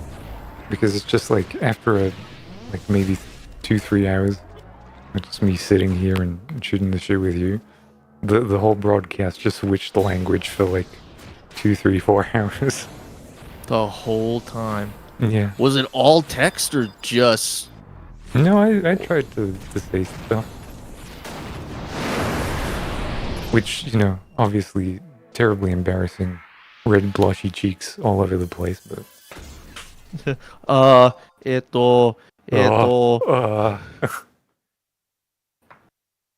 And you know, tens upon tens of thousands of apologetics and all that. sumimasen. Sumimasen. But it worked. I did an entire quest chain with the man. With the woman, I don't know. You couldn't tell the difference. They couldn't tell the difference. Yeah, it was... They said.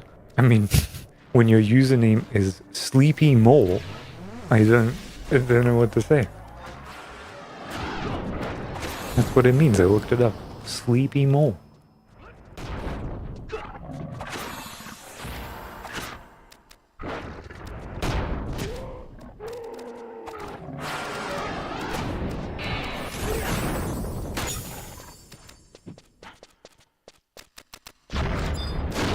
Mm-hmm.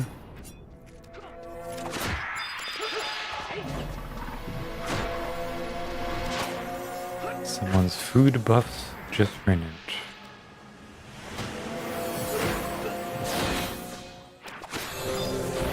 Oh, you know what? Every other buff ran out. Every other buff right now is popping.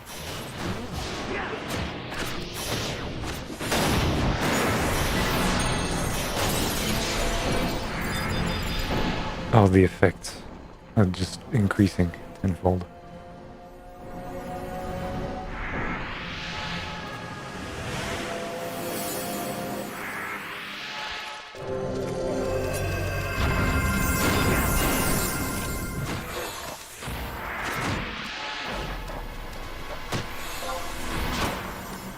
Okay, and now I rest for the next hour.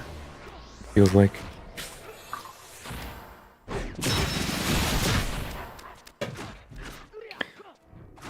Like, as far as MMOs go, this is the most original anything has been since WoW, because it released before it. How early before it?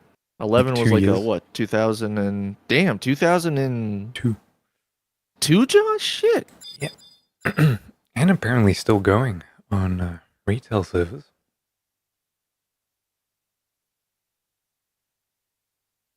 Killer. And it's just actually kind of different, because it has its own ideas of how you do things.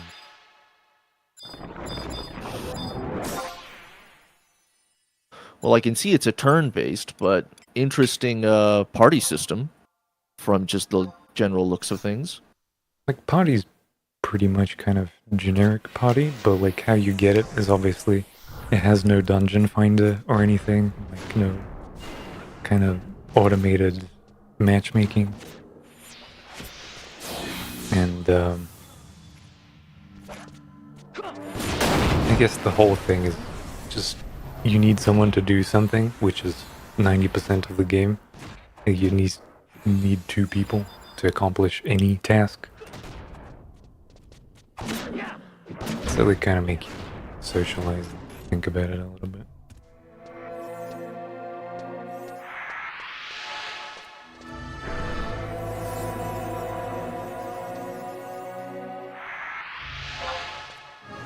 And the whole idea is you have like a healer, a tank, some DPS. But there's like roles like the guy who pulls the monster. A dedicated role for just going there, shooting the first shot. Just the aggro fella. Running into the group. And then letting the tank it. So it's not compartmentalized into something that just a tank does. Yeah. I mean, that's cool. That's pretty cool. But then again, it's like that must mean that, like, damn, the roles are so precise in such a way that that's how they function. There's some where you can specialize just for, like, one thing. I mean, it also goes on top of, like, being a DPS, because you're not just the guy pulling, because that's kind of a boring identity, I guess. But, like, I started leveling a red mage, which is my highest class right now, and he's, like, at 50. And then I'm like, okay, I need to have a subclass to, you know, get half of the levels. Because it essentially makes you do this kind of thing. You can see it under the experience bar. Which is you have your main job, your main class. Which in this case is white mage, and I'm a level 30 something white mage. And then you get half of that number in another class that you've leveled up to that.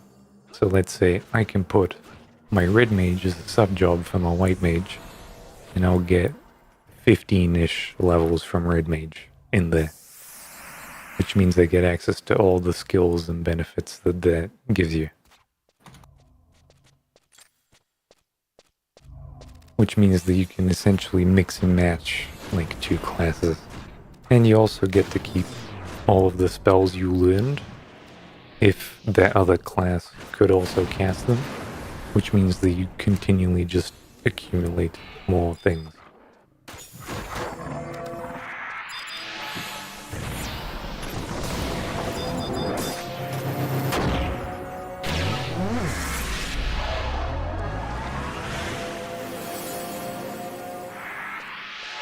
And like usually red mages are kind of enfeebling, debuffing kind of characters, where you just apply debuffs to the enemy so that it's easier to kill. You can attack less, attack slower, attacks weaker, all that kind of stuff.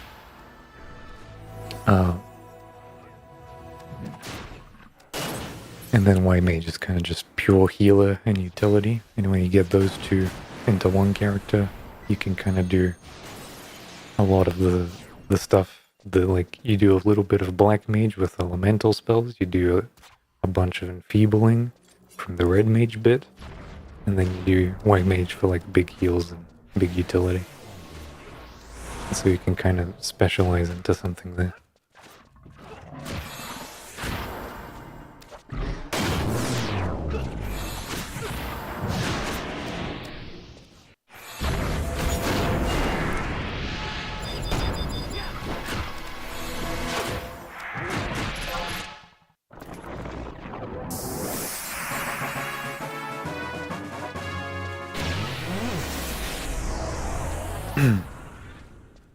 And it's also kind of like passively stressful, because eventually, like if you die to something big and you just leveled up, you can go down a level. Just like delete the last hour of progress you've made. You lose experience. So you kind of have to pick your battles and, you know, try to be sensible about things.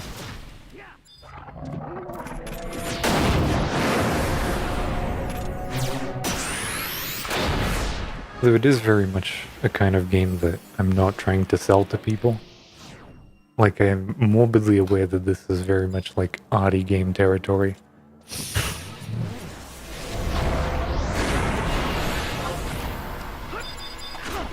Oh, but at the same time, people will be curious.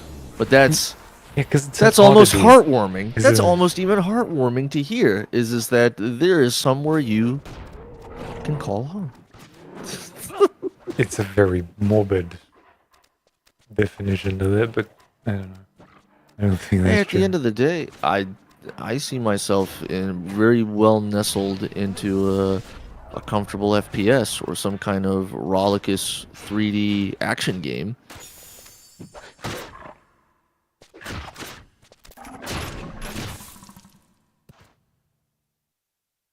Mm.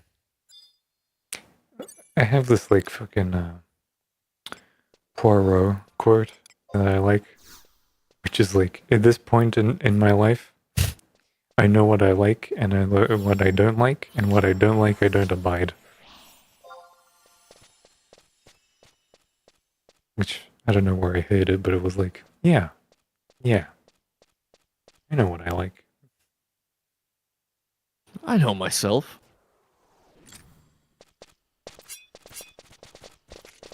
Because again, knowing what you like is a thing that you have to find out by exposing yourself to random shit.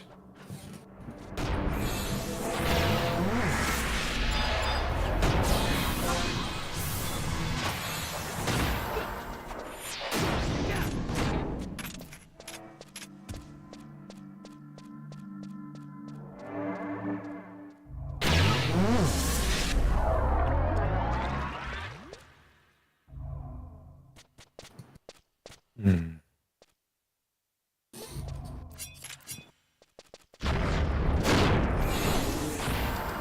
What's the general progression content of 11? And, Random like, quests for what somebody? can you do? Or, Well, yeah. what? What do you do? I mean, for the most part, there's like kind of a main storyline that you can do, which is called missions. Missions are kind of a per expansion thing.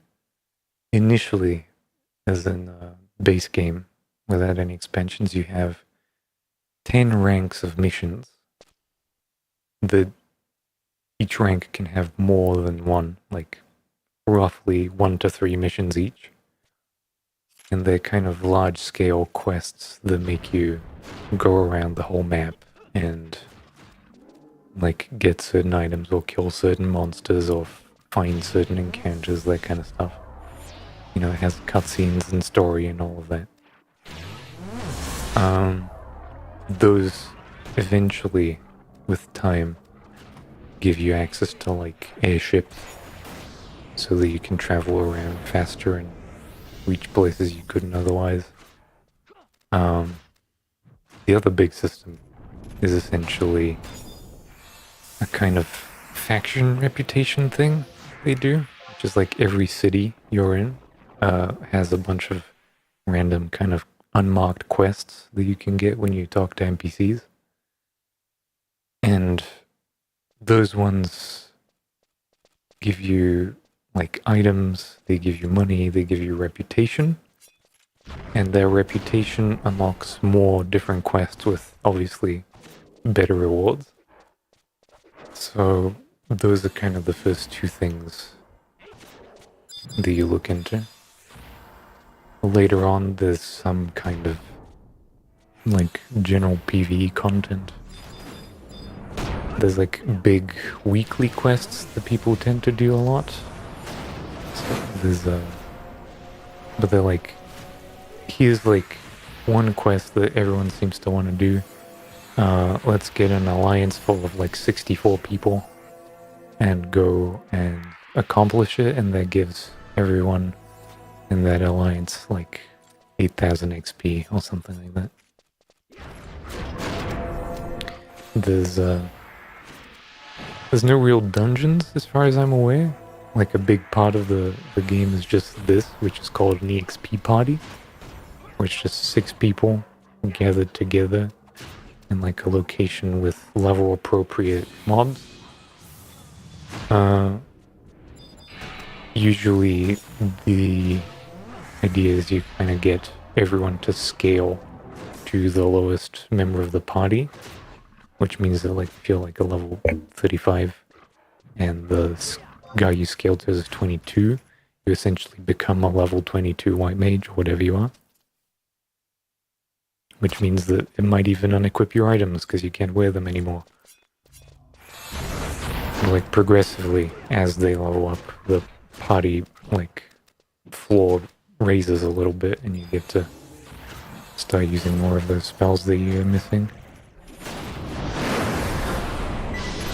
And the whole point is everyone uses the EXP buffs from like a bunch of rings that you get. You get items from the mobs you kill. You get crystals, which you can use for the missions and also to sell to the auction house. And most importantly, XP, which is like the biggest number you want to kind of raise. Because the XP makes you just substantially better. Because it gives you stats. And it allows you to equip bigger items. That kind of thing.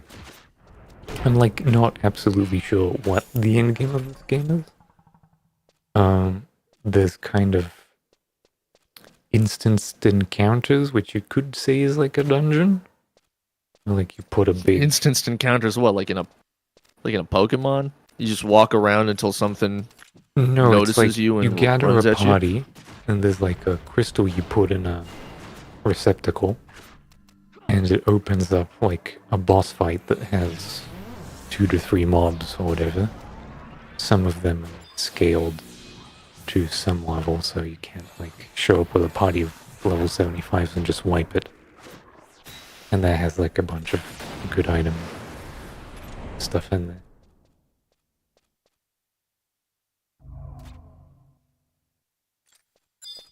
The big money sinks are like professions.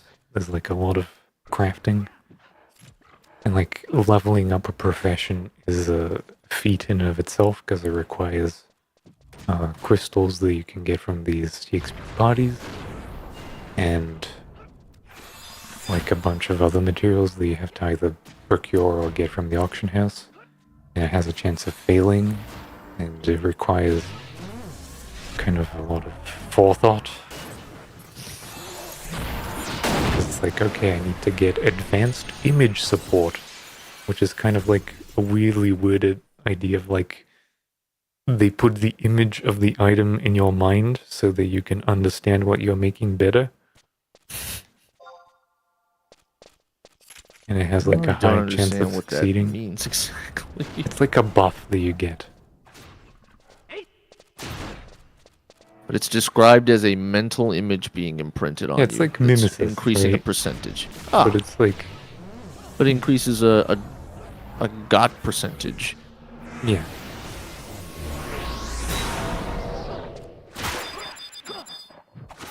And fundamentally, there's also kind of an overarching sort of, I wouldn't say it's PvP, but it's kind of PvP thing called Conquest, which is like every Sunday there's a Conquest tally, which is also the weekly reset, and that means certain zones are now occupied by a certain faction. And to like occupy a faction, you need to go in there with a group of people from your nation and kill level appropriate mobs to do that.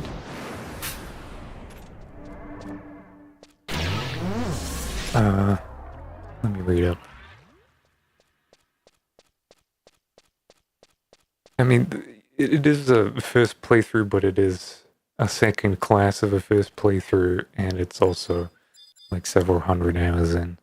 At this point, I know what I want, and I know what I don't want. There's some redundant things on screen, but most of the things I have are useful to me in some way that the base game isn't.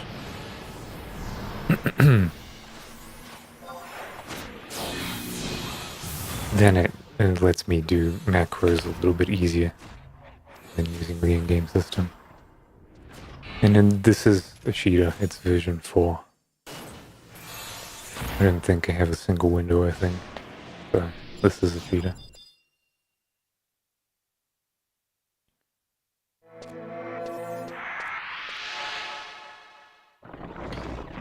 How do you get the parser or the name of it? What parser do you mean?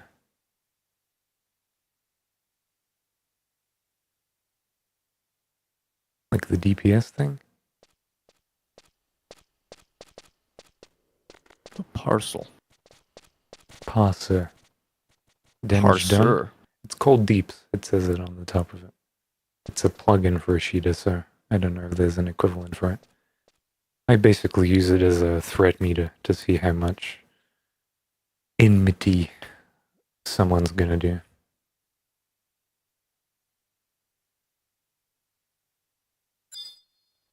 I guess we are disbanding. I didn't talk too much to these people, but that's fine.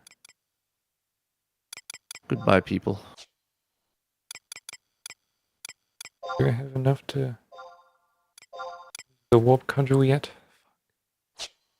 And guess who forgot to to get a warp scroll? Yeah, that guy's me. Do you want to walk through ceremony campaign? I ain't got nothing going on. I could death warp, but I'll cast lots. Sit T. Roll all. Efficiency itself.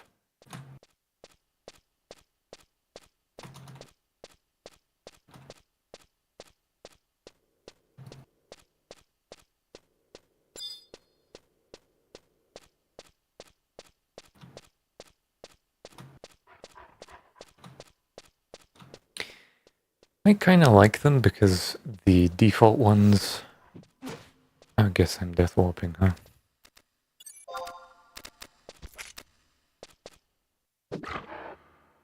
The default ones are using this kind of thing, and it's fairly limited despite what it does. And essentially it only allows you to have one thing selected for each macro thing. So like I have one spell here, and to change it I have to like scroll all the way here. And with this I just hold the trigger and I have access to, what is that, 8 spells at once, and I can have another set here. And technically I can have 2 more sets, but it doesn't ever seem necessary to me.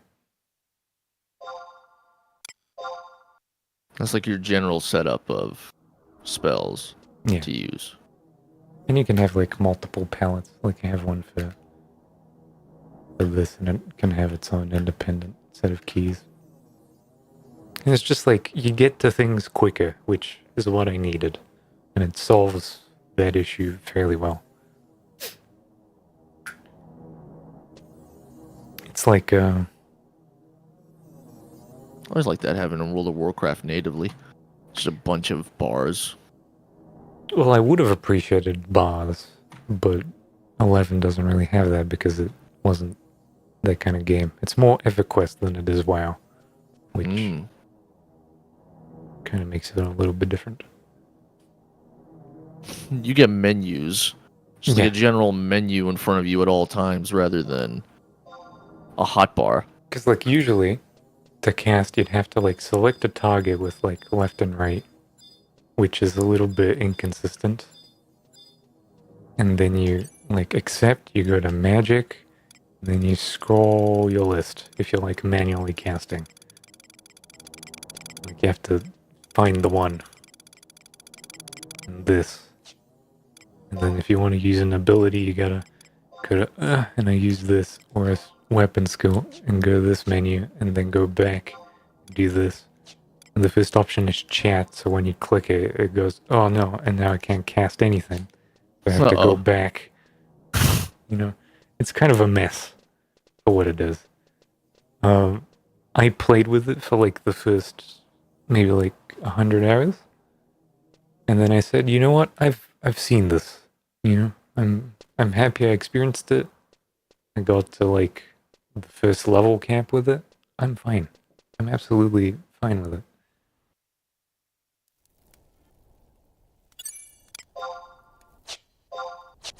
See if any of my investments have paid off. Oh yeah.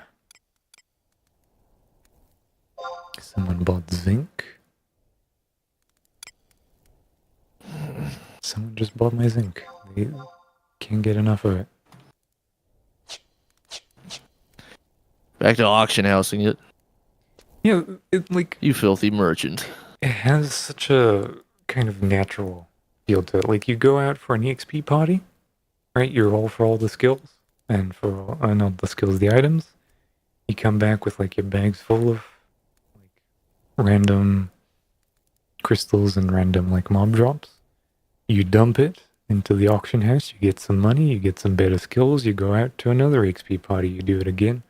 Then you maybe do a mission when you feel confident or have like a good party set up. And you just kind of keep spinning that way. And obviously like you don't learn any new spells as you level up, so you have to buy all your spells or earn them through doing a quest. So there's like an incentive for you to be like kind of keeping up.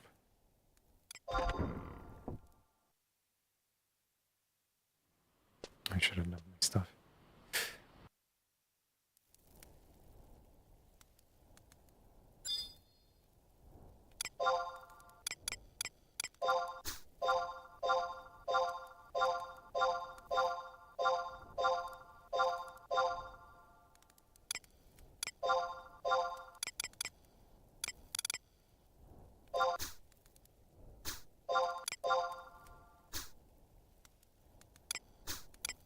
Okay.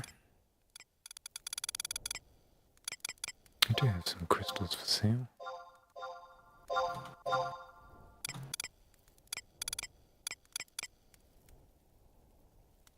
Though I should probably save up some. Yeah, because I have a mission. I need to hand those over eventually.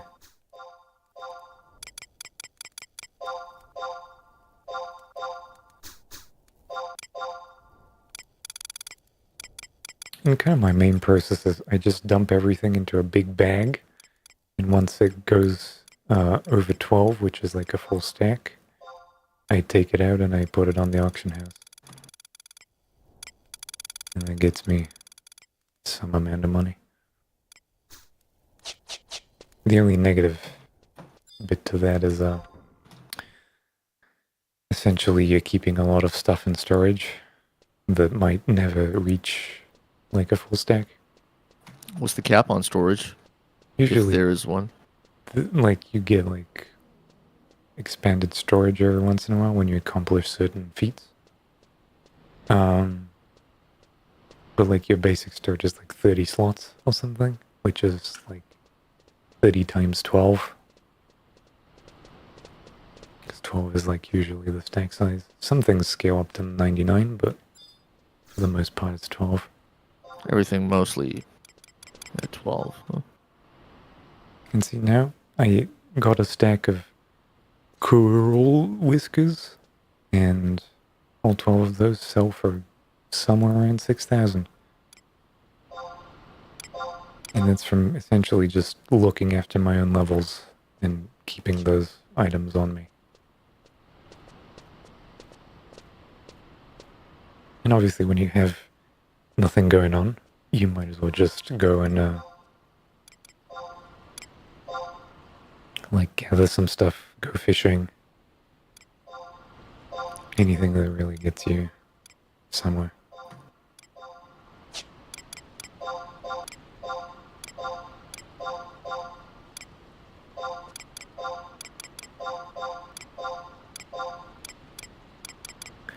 Okay. And now, oh.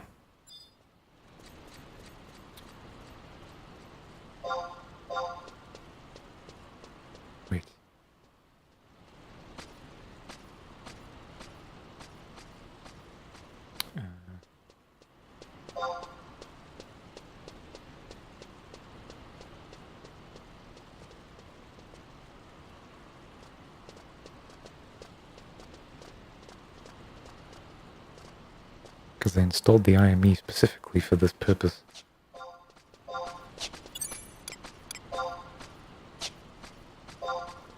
Come on.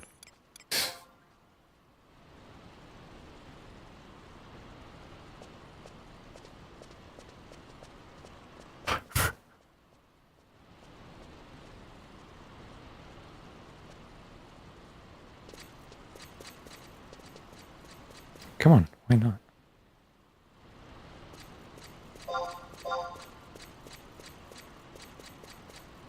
I got the IME set up so I can type Japanese when I see someone who is.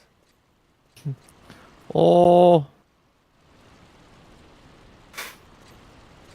You see him, you go, oh. Yep.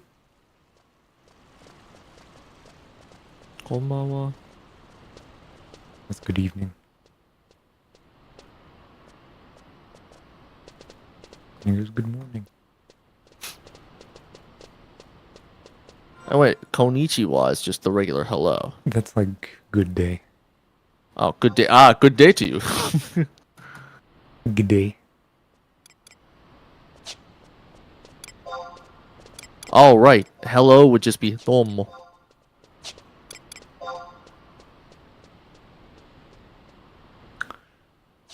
Hmm.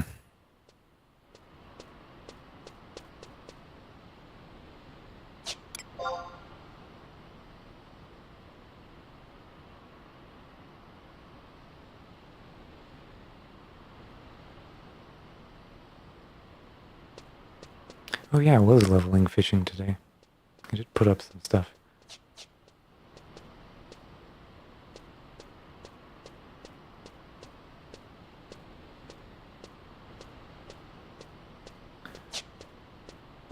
I spent like 50,000 or something gil to get a set of 4 items to make sure that I get the best results when mining, wood cutting, and gathering. What best results mean? I don't really know. But it makes my pickaxes and my tools break less, which means that I'm overall more efficient. And today, I ran the numbers on it on a big, fancy Excel spreadsheet that I made, because the Eve player and me took over. And it was something like, for the 24 pickaxes that I bought, with the lowered prices in my home nation's market, so I save roughly 40 gil per pickaxe, and it turns to like 180 per. It was like an investment of like 4,000-ish, I think is the number that it came up to. 4,000 something. And then I went and I mined for like a good long while until I exhausted all of those pickaxes. And the return on investment was about 289%. Which means that essentially I can double to triple my money depending on my luck every time I go mine now, which is like pretty fucking good for like not having to kill anything and put my neck out there. All I have to do is like turn on sneak, turn on invisible, walk into a mine, find the little glowy spot, hit it, and then walk out. And then eventually, like, those items will pay for themselves and I don't ever have to buy them again for any of the other professions that use them.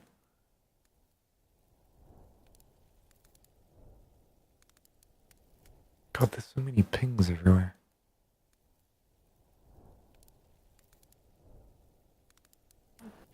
No warning Yeah, shots. pings are abounding. Oh yeah, I saw that. It's like, hey, if you see somebody acting up in your channel, click direct the in-channel cops or yourself to send warning shots at that person's feet to remind them to follow the fucking rules. And I thought, warning shots? No. That won't be necessary. No, we don't believe in warning shots in this state. Simply do not do things that will get you shot.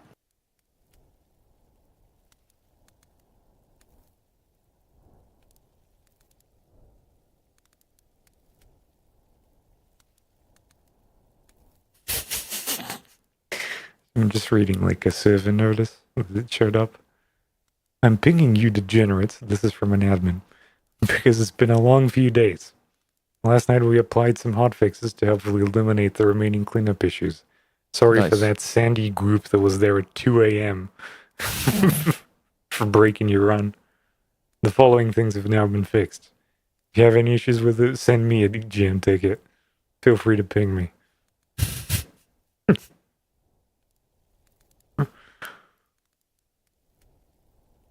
2 a.m. sandy degenerates.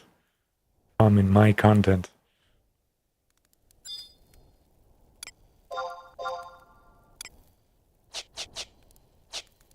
Ah.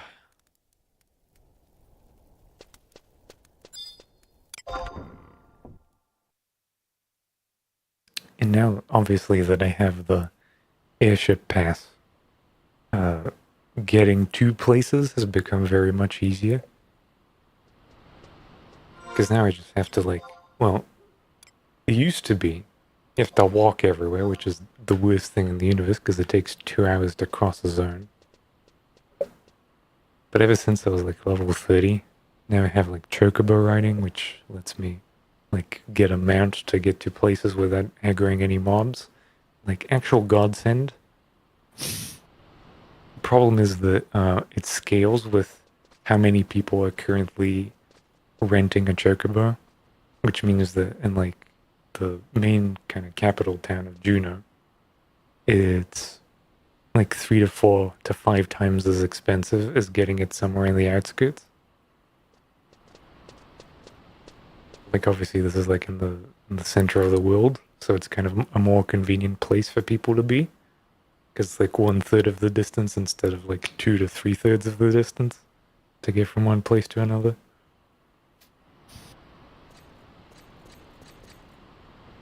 And the coolest shit for me personally is that I can log on at like, I don't know, 6 in the afternoon, and the server's empty because all the Americans are still sleeping. It's just like, well, guess what? Now I have unfiltered access to the auction house, and every form of transportation is cheaper. It's like so good. It's the low hours. Yeah. And then I go to like a highly contested farming spot, and there's no one there. And I just fill my bags with everything and put it on the auction house so that the Americans can log in like 6 hours, have to buy it off of me. And it's just like infinite win. Big, huge profits.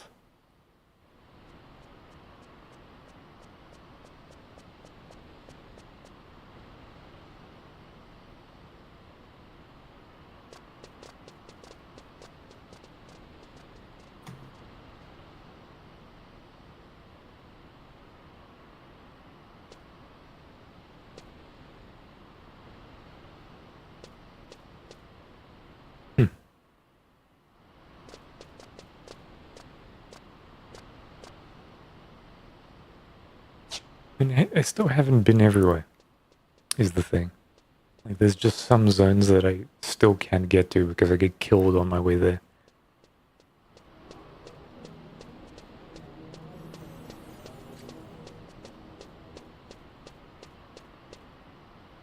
And because of the conquest system, there's a kind of like a weekly thing that you can do, which is deliver supplies to there, which gives you conquest points and also allows you to teleport to that outpost forevermore for like a certain amount of money. And you can also teleport back to your home nation from that spot for increasingly stupid amounts of money. Which is like another way of getting around without you having to personally put your shoes on and book it.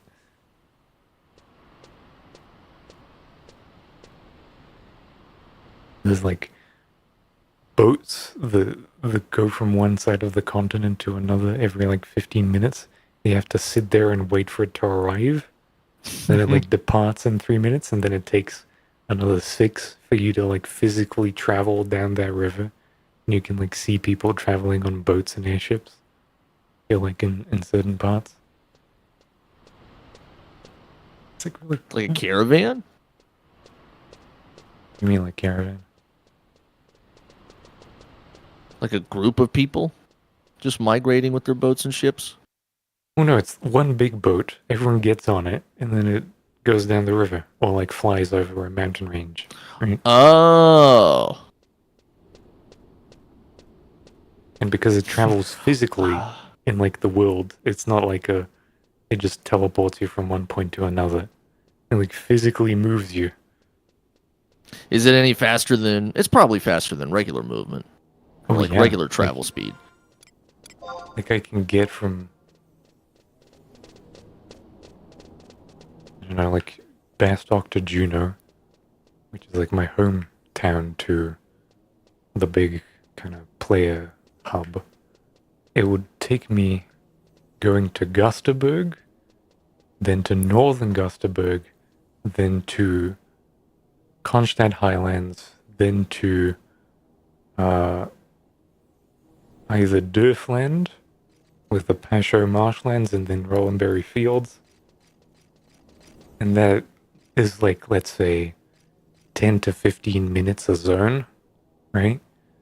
Of just walking, and there's monsters everywhere, so you can get like aggroed and killed if you're not At paying any attention, second. right? Especially if you're low level and you're running through there, then like almost certainly any aggro is like nearly fatal. So you're like just constantly booking it and running. But in this, I just pay like 200 gil, get on an airship that like might already be sitting there waiting for me. Sit there like admiring the view for 6 minutes. I'm already from like Bastock to Juneau, and I can travel backwards with the same kind of expediency. Oh, to be like a gondola boat driver in Final Fantasy. Yeah, pretty much. Make that my livelihood. I mean, there's because white mages can learn teleport spells. They can teleport you to 3 like zones that are kind of in between big towns. So like from Juneau to Windurst, the middle bit is like a teleport in Tarongi Canyon. And so it's like I can cut the distance to somewhere like halfway. If you don't have the outpost warp to the specific zone, you can take it like halfway, or you can go from like Juneau to there. And like progressively as you keep playing, you unlock more ways of getting around, which obviously costs money, but you also get to be like quicker, and you get to show up, and you get more opportunities. Because like you hear, oh, there's like a notable monster here, which is like a rare, big, unique, epic thing that you can kill. You're like, okay, show up, get some loot, then teleport back, or teleport halfway through, or like warp back to your home if you're like a black mage, because they kind of split the teleports between the mages. White mages can teleport entire groups to like those halfway points in another couple of select places. Black mages can teleport you to wherever you say your home point is, which is like the equivalent of like WoW's Hearthstone, but like as a class feature, and only they can do it.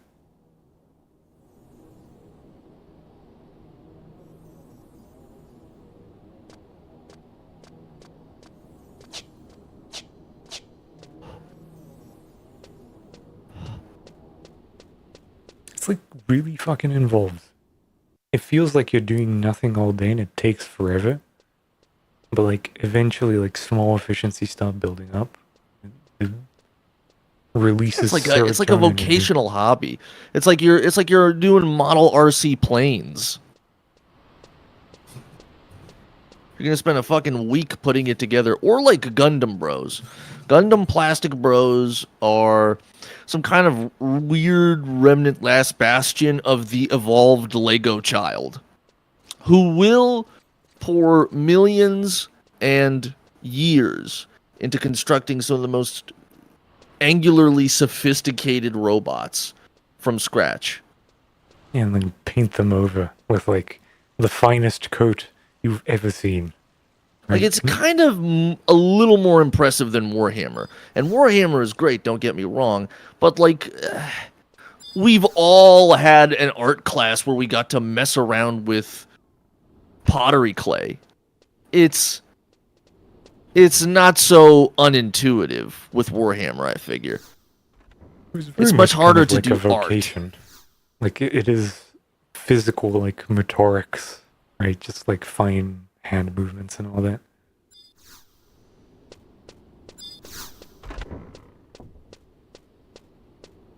Like, I imagine Gundam people could become, like, watchmakers on a drop of a hat.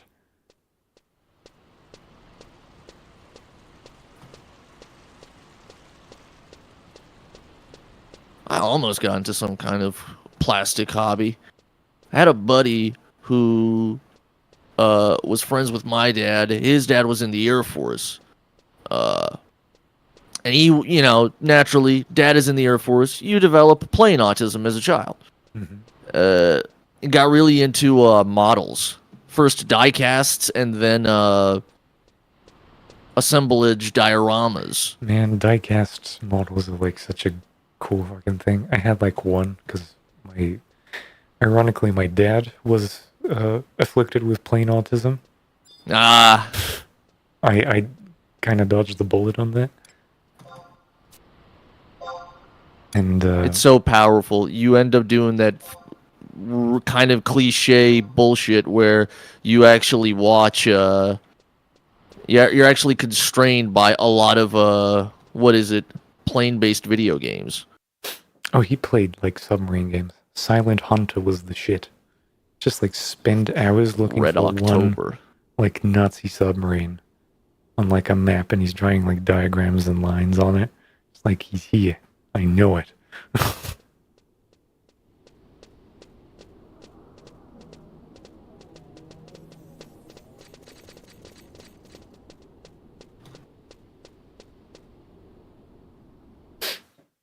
But that was before he lost his mind in the Switzerland crusade, so kind of feels like a different person.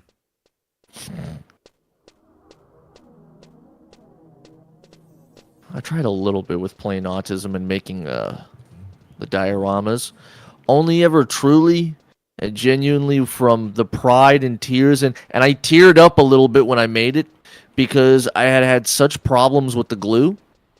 I was having the greatest problems with using the scraper properly and the glue to get all the pieces lined up right, and then with a heat gun to like cure them in place and shit. I was burning and cutting myself with like, I don't know, carbon fiber ass feeling shards of like planed black material. I had like several cuts on my hands, and the glue was making me sick to my stomach with the smell.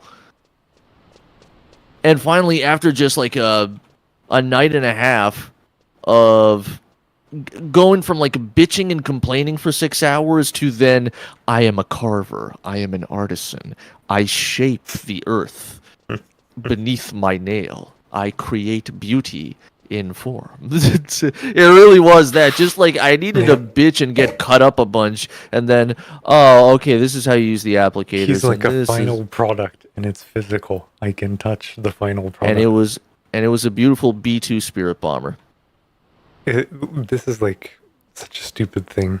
It was in the silver case, which was like Tokyo Morishima, who's like the Japanese version of the Bible. I know.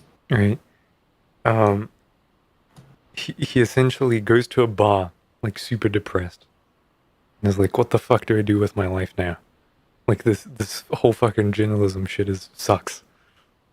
And the the bartender just says, "Yeah, just pick up wood carving. You'll feel naturally drawn to it." And he just starts making small, like knives and shit, like for letter opening. And then he makes a turtle. He's like, "This is the greatest fucking thing ever." Like, just men are naturally drawn to wood carving. For some reason. It kind of does rule. If you get your ass kicked by it, or if it gives you a natural resonance, you break into the artisan's soul, or whatever the fuck Whatever it is. it's magic. At that moment, you're like, Just like you see I a block understand. of wood and a knife, and you're like, yeah. I understand God now. Basically, I am like the creator. I am shaping this in the image that I know. Create of my own mind.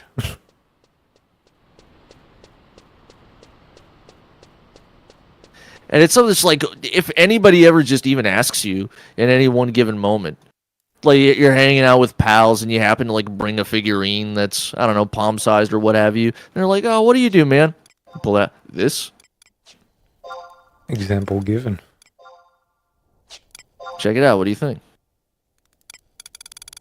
Do you carve? Yes, I do. This guy carved. He carves wood, you know. It's amazing.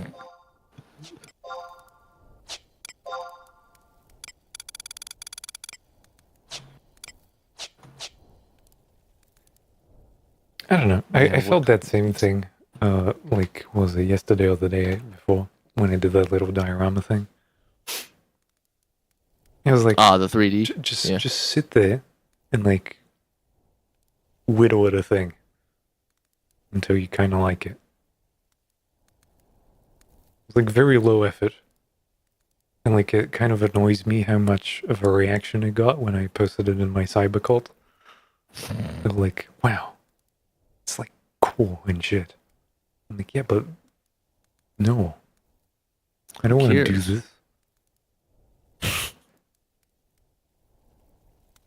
What, you don't want to be a Twitter guy? No. A screenshot I don't want to Saturday. be a screenshot Saturday fucking guy. I don't want to be on Twitter and be like, here's my latest work. No, you could be cryptic and just post the screenshots without explanations. Yeah, I've been there. I've done that. Sometimes I do it. That's what Twitter is good for anyway, using its I'm kind using of the bouncing off framing of it. UI. I don't know. It feels disgusting now.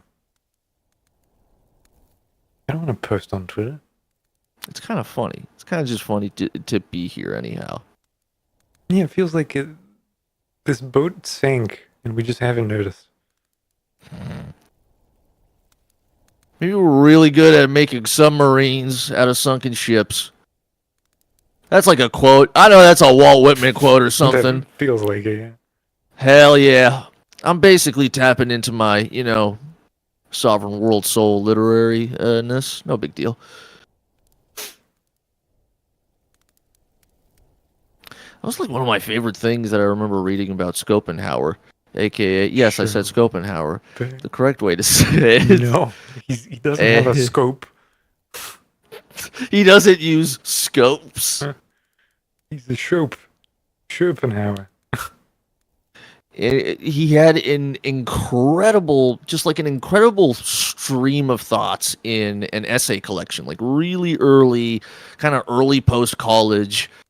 I wish I could do that. I wish I could have Schopenpapa, where he made like essays that are now studied in academia and taken seriously, despite in his time when absolutely no one would even people would barely bother to reprint his shit as it was. Mm-hmm. When he was alive, no one, nothing, who cares.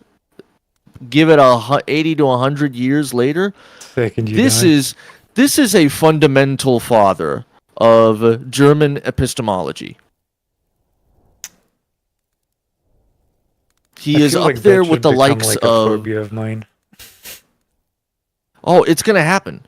It's gonna happen. A lot of these are nerd nobodies who in their times gave their souls to some kind of violent cosmic disease, as it were, and died as nobodies in the contentions of their work rather than in the enjoyment.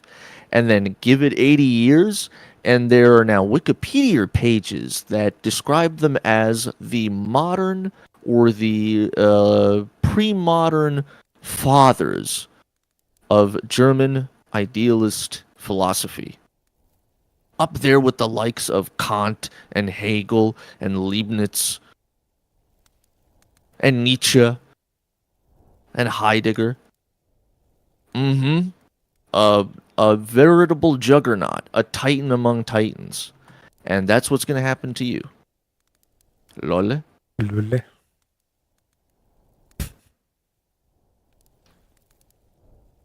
Yeah, but first I'd have to make something, you know? Well, what have you got? Pretty much nothing anymore. I feel like I had... I'm already having these morbid thoughts of, like, maybe I did peak in high school. Well, that's also a really, really kind of easy and tacky thing a mind can stress you with. Especially if you're a man. Oh my god, have you seen the culture? Culture? The culture is... Die Zeitgeist? The culture is the world's worst TBI, parentheses, traumatic brain injury, interpreting social values. But the reason that it's such a banality in people's organic ignorance, it is a phenomenon to be reckoned with. And it makes it really hard for a man to like not have certain... Oh, dude, man has core weaknesses. As a man, you're short, lol, we lol at you. If you're weak bodily, we lol at you. If you're an ugly man, if somebody killed you, people would cheer. If you're an ugly man in this world, God help you. I fucking love David Lynch. Just posted this shit. Oh, I hate having to type more letters than FX. IXUP. FX.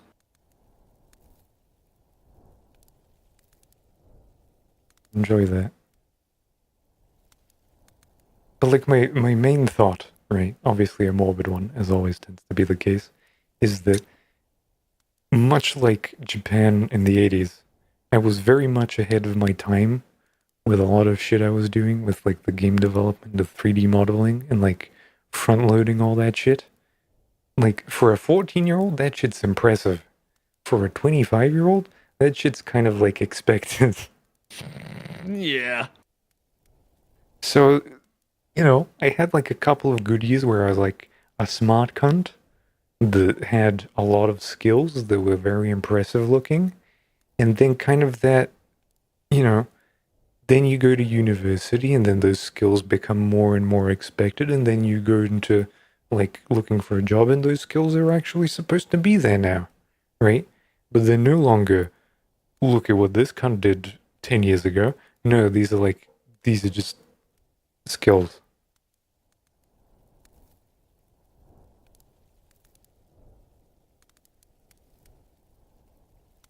And again, now I get to hold this over my mom's head when I said, I did try and get a job at like 16 with all of this, and they would have hired me if I didn't have to go to uni. But you made me do. Because you thought it would be better. And now look at me, 6 years later. No prospects.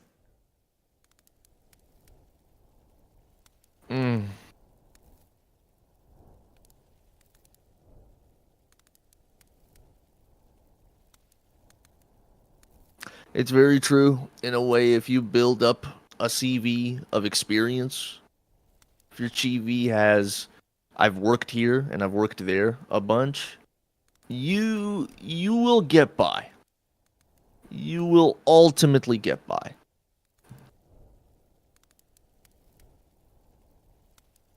And if it is anywhere near legitimate enough where all you really have to do, employment tips and tricks with your pals at the show. Just all you have to do at your current job. And then eventually your skills don't matter.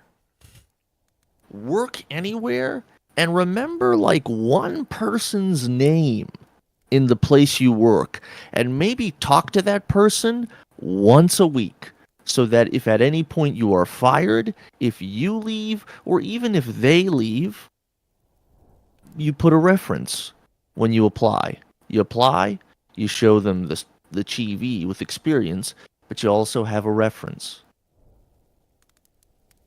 And this is something that, at least here in the West, they are addicted to doing. Job employers in the West are addicted to your references. Do you have 3 phone numbers I can call right now? Let's say I have a job for you. Can you give me 3 people's phone numbers who, if I call them right now and ask them about you, your experience, your talent, blah, blah, blah, will they say, will somebody pick up? Number 1. Number 2, will they say anything relevant about you? And number 3, will it be good? Will it be bad? Impressive? What have you? And that's what the employer, at least over here, some do it, and a lot of them like to give you the impression that they're doing it. No one calls anyone over here. If they could eradicate your work experience so that they can manipulate you into working for nothing, they would love it. The tactic here is don't stand out. Don't stand out. Go If you're into too the good, undercurrent. They'll be like, we can't pay you.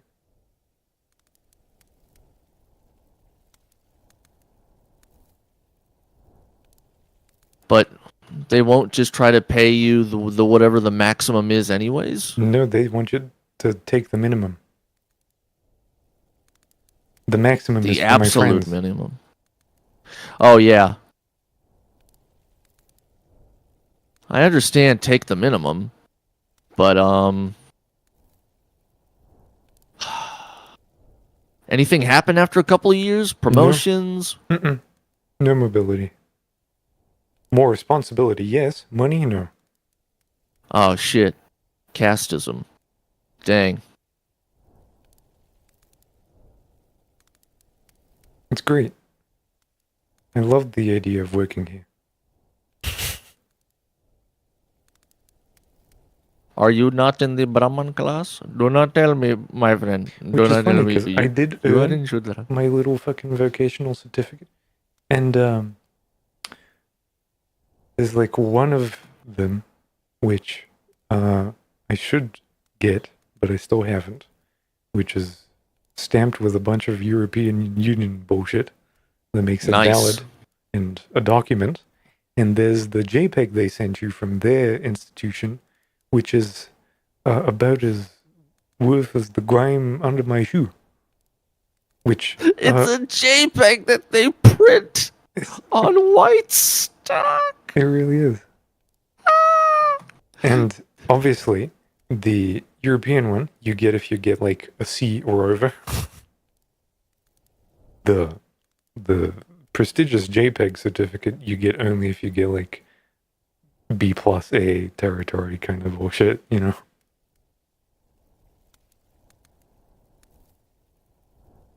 And I'm like, are you guys for real? Do you think this has any fucking value other than in these 4 walls that you have right now? You for real? I mean, they're putting European Union stickers on it, which has to count for something. I No, hope. the shitty European one that you get for like C or above, which you get by essentially breathing, is infinitely more valuable than the A plus JPEG that they give you. Because you can show this to the government and be like, I am qualified. The JPEG one is like, what the fuck? Who? This has the stamp of the European Union on it. This other one has JPEG artifacts. The prestigious European Union PNG. It's just, You have no idea how much I want to have a certificate with the prestigious European Union PNG. That means that I can I could go anywhere in Europe and get laughed at by job offers. yeah. And I'm waiting for it. Now, I finished my exam with top marks, may I remind you, in like mid-April. And that paper has But you still haven't gotten it? Nope. Mm-mm. What are they saying about it? They said it happens when it happens. It takes time for these things. And The fuck? sucks. Yikes.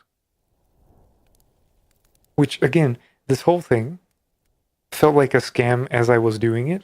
If it doesn't show up, right, it would only confirm my suspicion that it was a scam. I mean, there are places you can go about that No, stuff. I know. I could bitch and moan if about it. needed. Hopefully you don't have to. Yeah. But then again, like, what? Say, for instance, I was fresh out of university, right, this April or something. Yeah. And I'm waiting for the certificate as well. And the answers I get from both of those institutions are, not yet, it happens when it happens. And I wait like 2, 3, 4 months for my vocational certificate. And my university tells me, no, you get the diploma next June. Like it did happen to me. So That what? part is stupid that you get it next June. The good part, at least for universities, just because you don't have it yet doesn't mean that you can't apply saying that you have Say finished, that I and have there's it, ways to yes. check it. And there's ways to check it without having it. But it's still just like, I worked my It's shitty. ass off for 4 years and like 3 months for this vocational course. And what you're telling me I get is nothing for half a year to a year.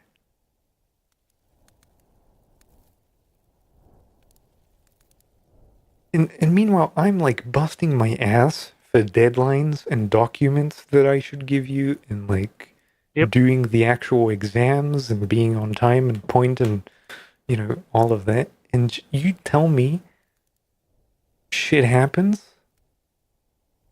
I pay you money for this, bitch. Out of pocket. Like, it is insignificant amounts of money in the larger scheme of the world, but it is disposable income I would otherwise have as the morbidly unemployed person you have created out of me. Yeah, so at least for university, you have the viewpoint, oh, it's not just you they have to make the diploma for, it's for everybody else as well. So Yeah. yes, that would take time, and they want to do it at the same time. Allegedly, it's I the can same thing kinda for the understand second that. vocational thing, because I'm not the only one who's doing it, and it's not the only course they have, and all of that. The thing is, the scale is so much smaller. I would expect it to happen in the time span it happened in high school. Yeah, imagine Which we're knowing that talking there's about- gonna be graduates this June and starting the process in like March.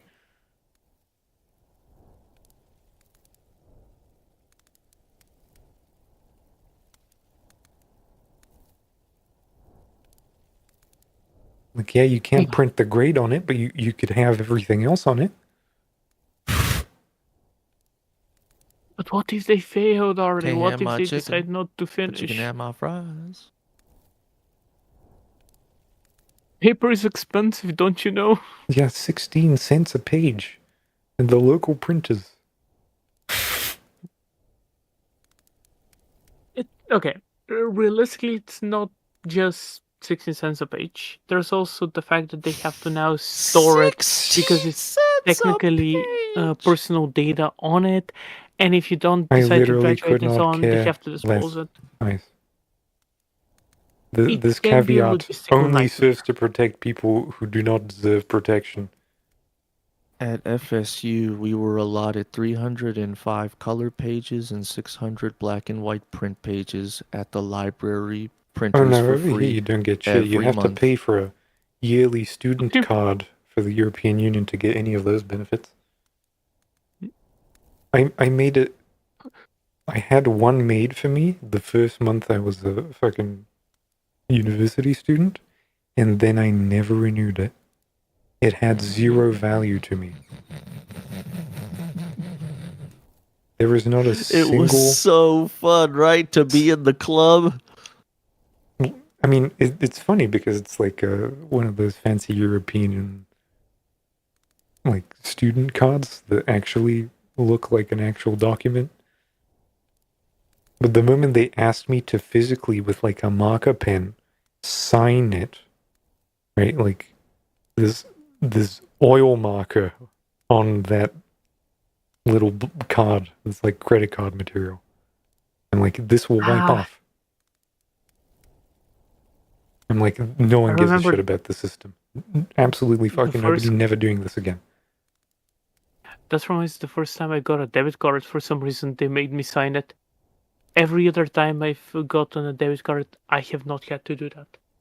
It's just like, what the fuck? I don't know. Do we not have like etching systems or anything? Can't you not electronically burn my name into this thing? You know, so that it can't be smudged with a wet finger. Wait, what? Oh my god. The system works. It just works. Somehow. And I am the small Dickensian orphan child in its cogs, currently having my bones crushed.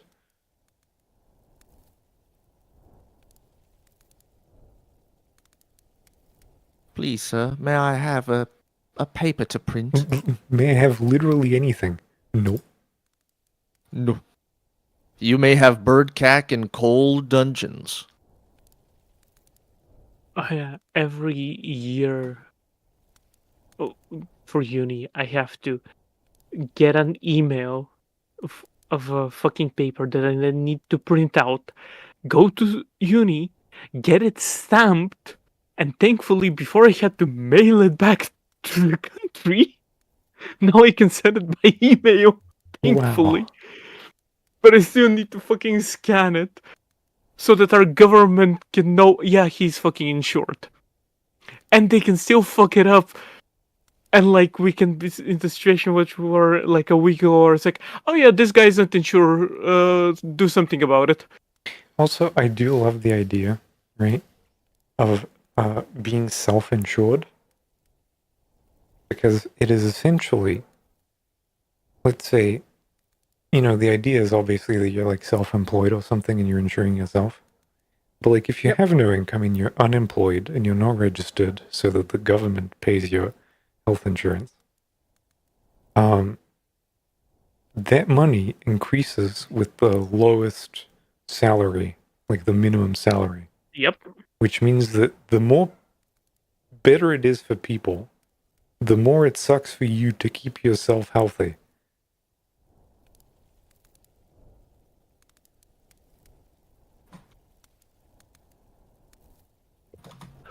Because like if you're employed, obviously it comes out of your salary. So the only people that do it is if the country's doing better, self-employed people have to pay more to be healthy. Which is such a weird caveat to me. And that's only the basic insurance. We're not talking about the extra stuff. Yeah, which, it's a fucking mess, by the way. I don't think I'm gonna get to a pension, ever. I think I'm just dying after 60. Like, to be honest, at this point, with how things are, I've been thinking, can I somehow get out of paying for my pension and just set it up myself? That's gonna be more chance for me to actually have a pension. Contact a bank like Wells Fargo or JP Morgan and ask for a Roth IRA. I can't. A document which has zero value in this entire continent. No, a Roth IRA is just your retirement account that you can do through a broker at the bank. Yes, you have to be American for that. For Roth IRAs? Yep. Yeah. And 401ks. Hmm. Both of those are. I don't need really to be trust either 401ks. A, working in America, or B, American. Because the thing with America, and this is the stupidest fucking shit possible about America, doesn't matter where the fuck you work. If you are American, America taxes you. Well, Doesn't matter. Income tax. So you get That's a federal. a lot of the times you get double taxed, which is absolutely fucking bullshit. Now, the good thing about that is you do get access to 401k and you do get access to Roth IRA and a couple of other things. And you But can you get make double taxed, potentially. you can make any kind of any kind of invested income hop through a couple of loopholes, and then you don't got to pay the capital gains tax on it. A lot of people use retirement accounts or health savings accounts to make your eventual little safety nest egg for the future. The thing is, a lot of those loopholes exist in Europe as well. But the thing is, like, the only thing is, like, you're using the European stock market overall, which is growing overall technically less, but in reality is similar. And the plus is that it's more stable when it comes As to long the as it has fluctuations. like consistencies in like yearly does. gains, and you can like track for a withdrawal schedule to give somebody, that's it. That's an easy retirement account either way. I have a Roth IRA. No, it's like if you like the indexes, if you go for the 500s in Europe, it's fairly stable and it's fine. And your money is gonna grow at a stable rate, and it's fine. My face went inflation. Yeah. And like right now, to be honest, you needed to know how to play this shit 20 years ago. So unless your parents knew how to play this shit, which mine didn't, good luck. Yeah. Like the only good thing for me is that I will inherit quite a bit of different land, essentially, which is the only saving grace in the current situation for me overall. I'm not getting You shit. already are. Yeah, you're in a worse position because of how many fucking people is gonna be split amongst. For me, it's basically no one, which is really lucky. The minus is I don't have that many relatives overall, but hey, you pick your battles. Like, my future nest egg is essentially no future. Yeah. Well, I'm hoping buy a the bunch of future gold doesn't and happen. cigarettes. Or you essentially do something that essentially wins you the lottery so you can set it up. Yeah, I'll just probably have to work for 80 years. Is what's gonna happen. Maybe just a solid 80 if you can inch it out. Yeah. And then after that, Time Die. to we'll play give you a the golden lottery. watch. No, then I die. My saving grace is that I die on employment grounds, and they have to look at me and find a way to dispose of me. Okay, to be completely honest, back home things are not yet to the dire degree that it is in the West because we're not that of an attractive point. However, and here's a bad thing, Westerners are starting to discover that, oh shoot, stuff in our country is cheap and it can be a very nice place to live for retirement. So they're starting to come, which has its minuses. So we can blame Ted for everything.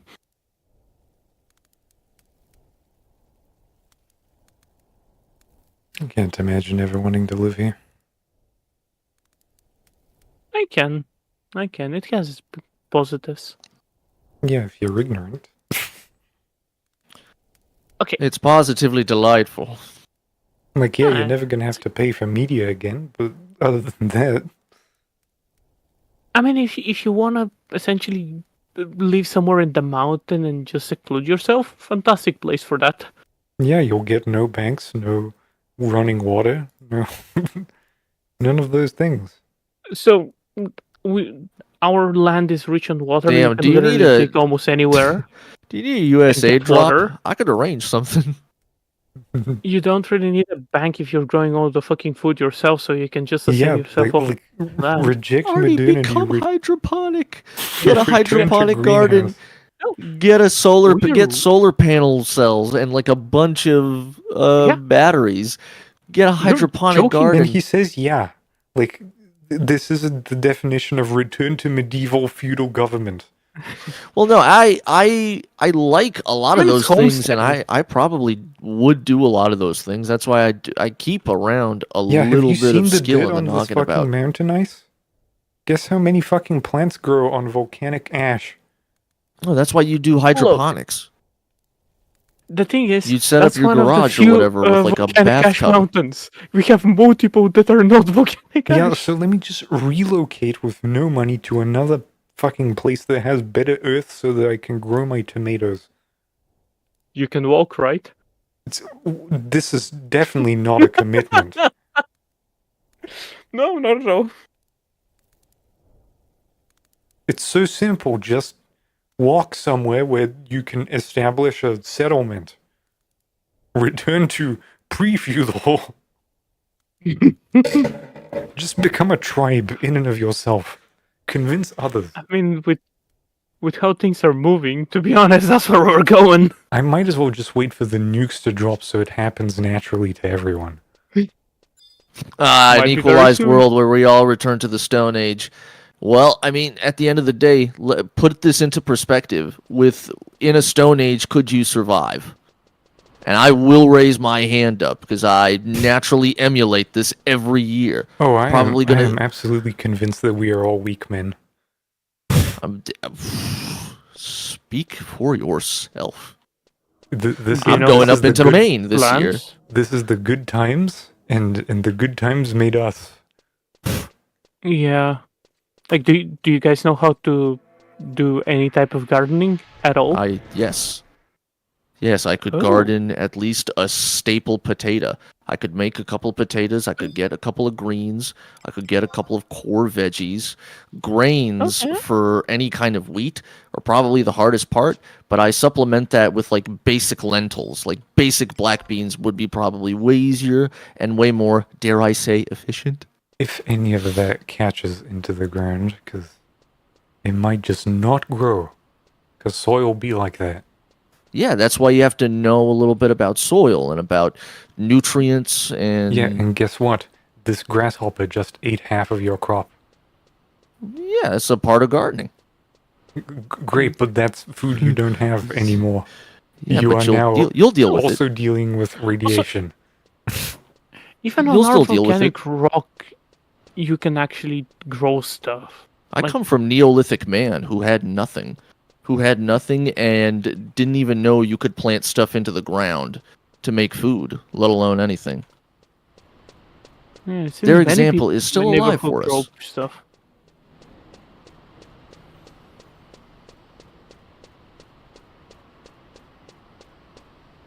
Yeah, but then the question is, how boil water? In what?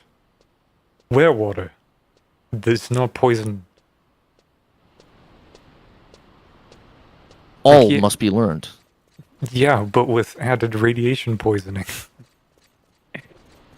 Oh yeah. Now Actually, it's no about joke. Nuclear There survival. was a you remember Bear Grylls, right? The Discovery Channel freak. He actually made a little special once about what to do in the case, like a modern survival guide episode about what if you like got nuked. It was some kind of like special one-off concept thing, Yeah, but the like answer is become actually a what shadow. happens. Well, no, if you're anywhere inside a building, it would be like pretty easy to find an area where you could just get low and down in. Anything where there's walls, nothing but like walls and a door, no windows. If you could get in one of that and get down, you would be pretty good. And if you were able to Except for grab the a thick enough rays. shirt or You have a have shirt enough on you. iodine to cancel all those effects out. Oh no, this is So, that was like stage you need to one. be lucky with Getting the wind. iodine is very much so. But If you're looking getting with the iodine is wind, like a the stage 2 radiation might thing. not be an issue overall. Because if it's blowing away from where your location is, you might actually be able to avoid it. Now, I don't need to worry about any of that things because if the nukes drop, I am dead. I am living in such a location where the initial blast radius will instantaneously kill me no matter what. I will become Kinda a shadow on same. concrete. Like kinda same. Yeah. I Oh, not actually, only yeah. live on the I East Coast. probably also don't have a chance because, unfortunately, capital. If you're gonna hit You this might country, actually be where are you gonna fine, hit it? Arty. The capital. They might not actually hit They can't your find it on country the map. because we're That's my kinda only hope. negligible. They just like start pointing their finger at it, and I don't know where it is. You're also negligible. Netherlands is a prime target. ASML immediately hit. Immediately, that's target number 1 in the Netherlands.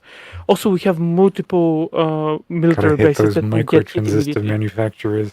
Taiwan's going under. Well, no time to hit the people that make the machines for the microtransistor. But no, it's like, and I'm in the radius of at least one of those bombs to immediately kill me. Great. Yep. All smiles. Don't need to worry about survival because I ain't Yeah, 'cause fucking I won't. surviving anything. Isn't it great that we live in a time where that is a 100% sure thing? Yep. And it's not even like 99.999. It's 100. No, 100. I'm that, like, I'm You pretty will sure die. even the weakest nuke of the Russians is strong enough to kill me To where I am vaporize from me the and target my location. Yeah. Yeah. I'm pretty sure I think it's like 20 kilometers the lowest one, and I'm pretty sure I'm in a 20-kilometer radius from set target.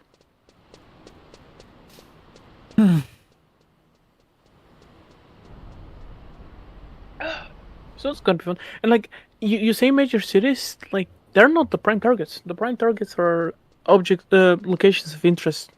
One of them being major manufacturers. The other one being military bases and stuff like that. States of government depends on how important the government is. Ours is so negligible that I think you might actually not even get hit. I live on the U.S. coast. If the rockets are launched, I'm getting glassed. I'm getting glassed, You and there's actually nowhere might- for me to run. No, you actually might be fine. I mean, they got Well, hit in New like, York. See, That's for sure. the thing is, Probably. is that with missiles, what I would have to rely on is I would have to rely on the central eastern coast's missile defense systems that they have around DC. I would have You're to not gonna rely be a on target. that. And Wait, which oh, state do you yes, I live in? will. I live like what is it? Maybe like 30 miles away from a naval base, an active naval base Which one? with submarines and shit. Which one? Docks face off. Which one? Well, originally they called it Angel Island.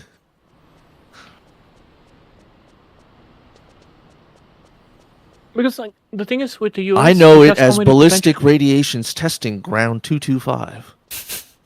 Official designation.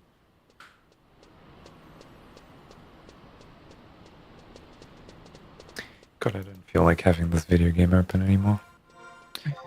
I'm sorry for anyone who was because, looking forward like, to the it. thing is- Fuck it. The states you have the targets in the middle states where you house the nukes. That's like pretty prime targets. Pentagon and Washington DC pretty major targets as well. And I don't know if they can spare the time for it because, yeah, they house the submarines where you are, but the nuclear submarines are already out there, so the value of hitting the base where you are might not be high enough. So you actually might be fine. Become ungovernable.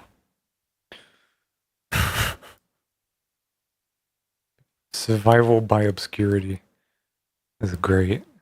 Oh yeah, Again, survival skills are easy. They are well learned. Yeah, just don't stand out.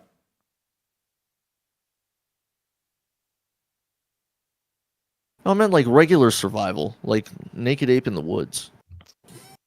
I mean that's it. Why New Zealand is so safe. What the fuck do you hit there? Auckland. Or what is New Zealand gonna do? Fuck you up. New Zealand?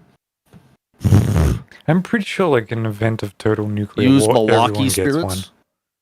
Just like, it doesn't matter. Everyone gets one.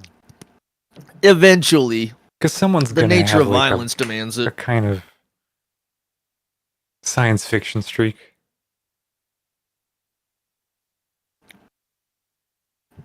I mean, I'm still Putin, totally maybe. convinced, like, if it goes up to total war, Hawaii will use the power of their volcano deities and fucking send us all to Kingdom Come. I mean, to Hawaii. I'm sorry, but like the fucking park. What was it called again? Fuck, Yellowstone. Yeah, that was the name. That thing goes boom, we all die. Yeah, one super geyser is pretty formidable, but 20 to 30 active volcanoes all together? No, That's it's a power horse. That's the Earth's power horse. No. It's not a super geyser. It's a super volcano that's active and can blow any moment.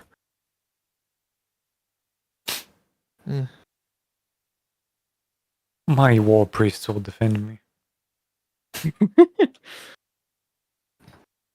This is Yes, definitely sure. not. In the east, Your they will military cast clergy. protection spells and you will Again. all be okay. Being a shaman in South Korea is a surprisingly respectable and lucrative endeavor. Don't debase yourself. Good God, man. No, it's true. I've seen it with my own eyes. And it's the same kind of lucrativeness that a stripper has. I would never race to shake it at the club for daddy. Mm-mm. You earn respect, you earn money. You get to cast spells on people, and it works. Baby girl, that ain't no respect. They don't treat you right. They don't treat you right over there. I can treat you right. You don't have to become a Okay, we shaman. find. You don't have to put on that red light.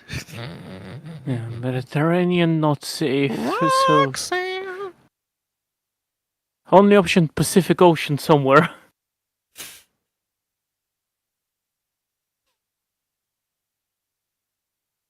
Maybe one of You know the what's like the morbid- 4,000 Japanese islands. The most morbid thing would be to hit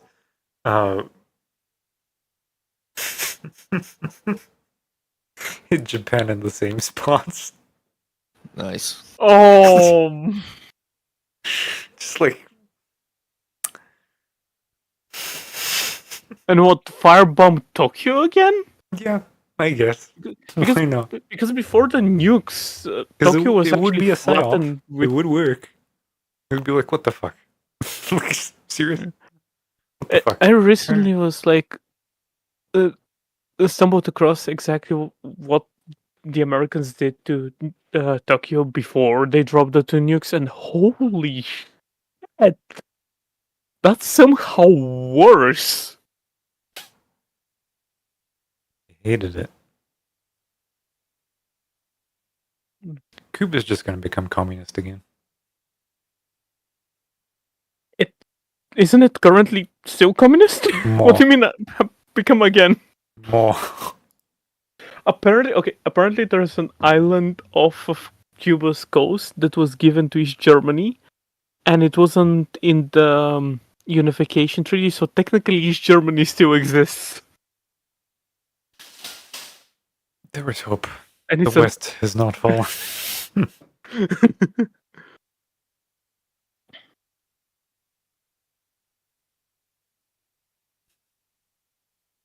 I imagine that's like a sightseeing location for neo-Nazis. I mean, that's the whole country of Argentina, no? Kind of, yes. Apparently, there's also whole settlements in Argentina that are A, speaking majority German, and B, are still actual Nazis. Can't be helped. Apparently. Nope.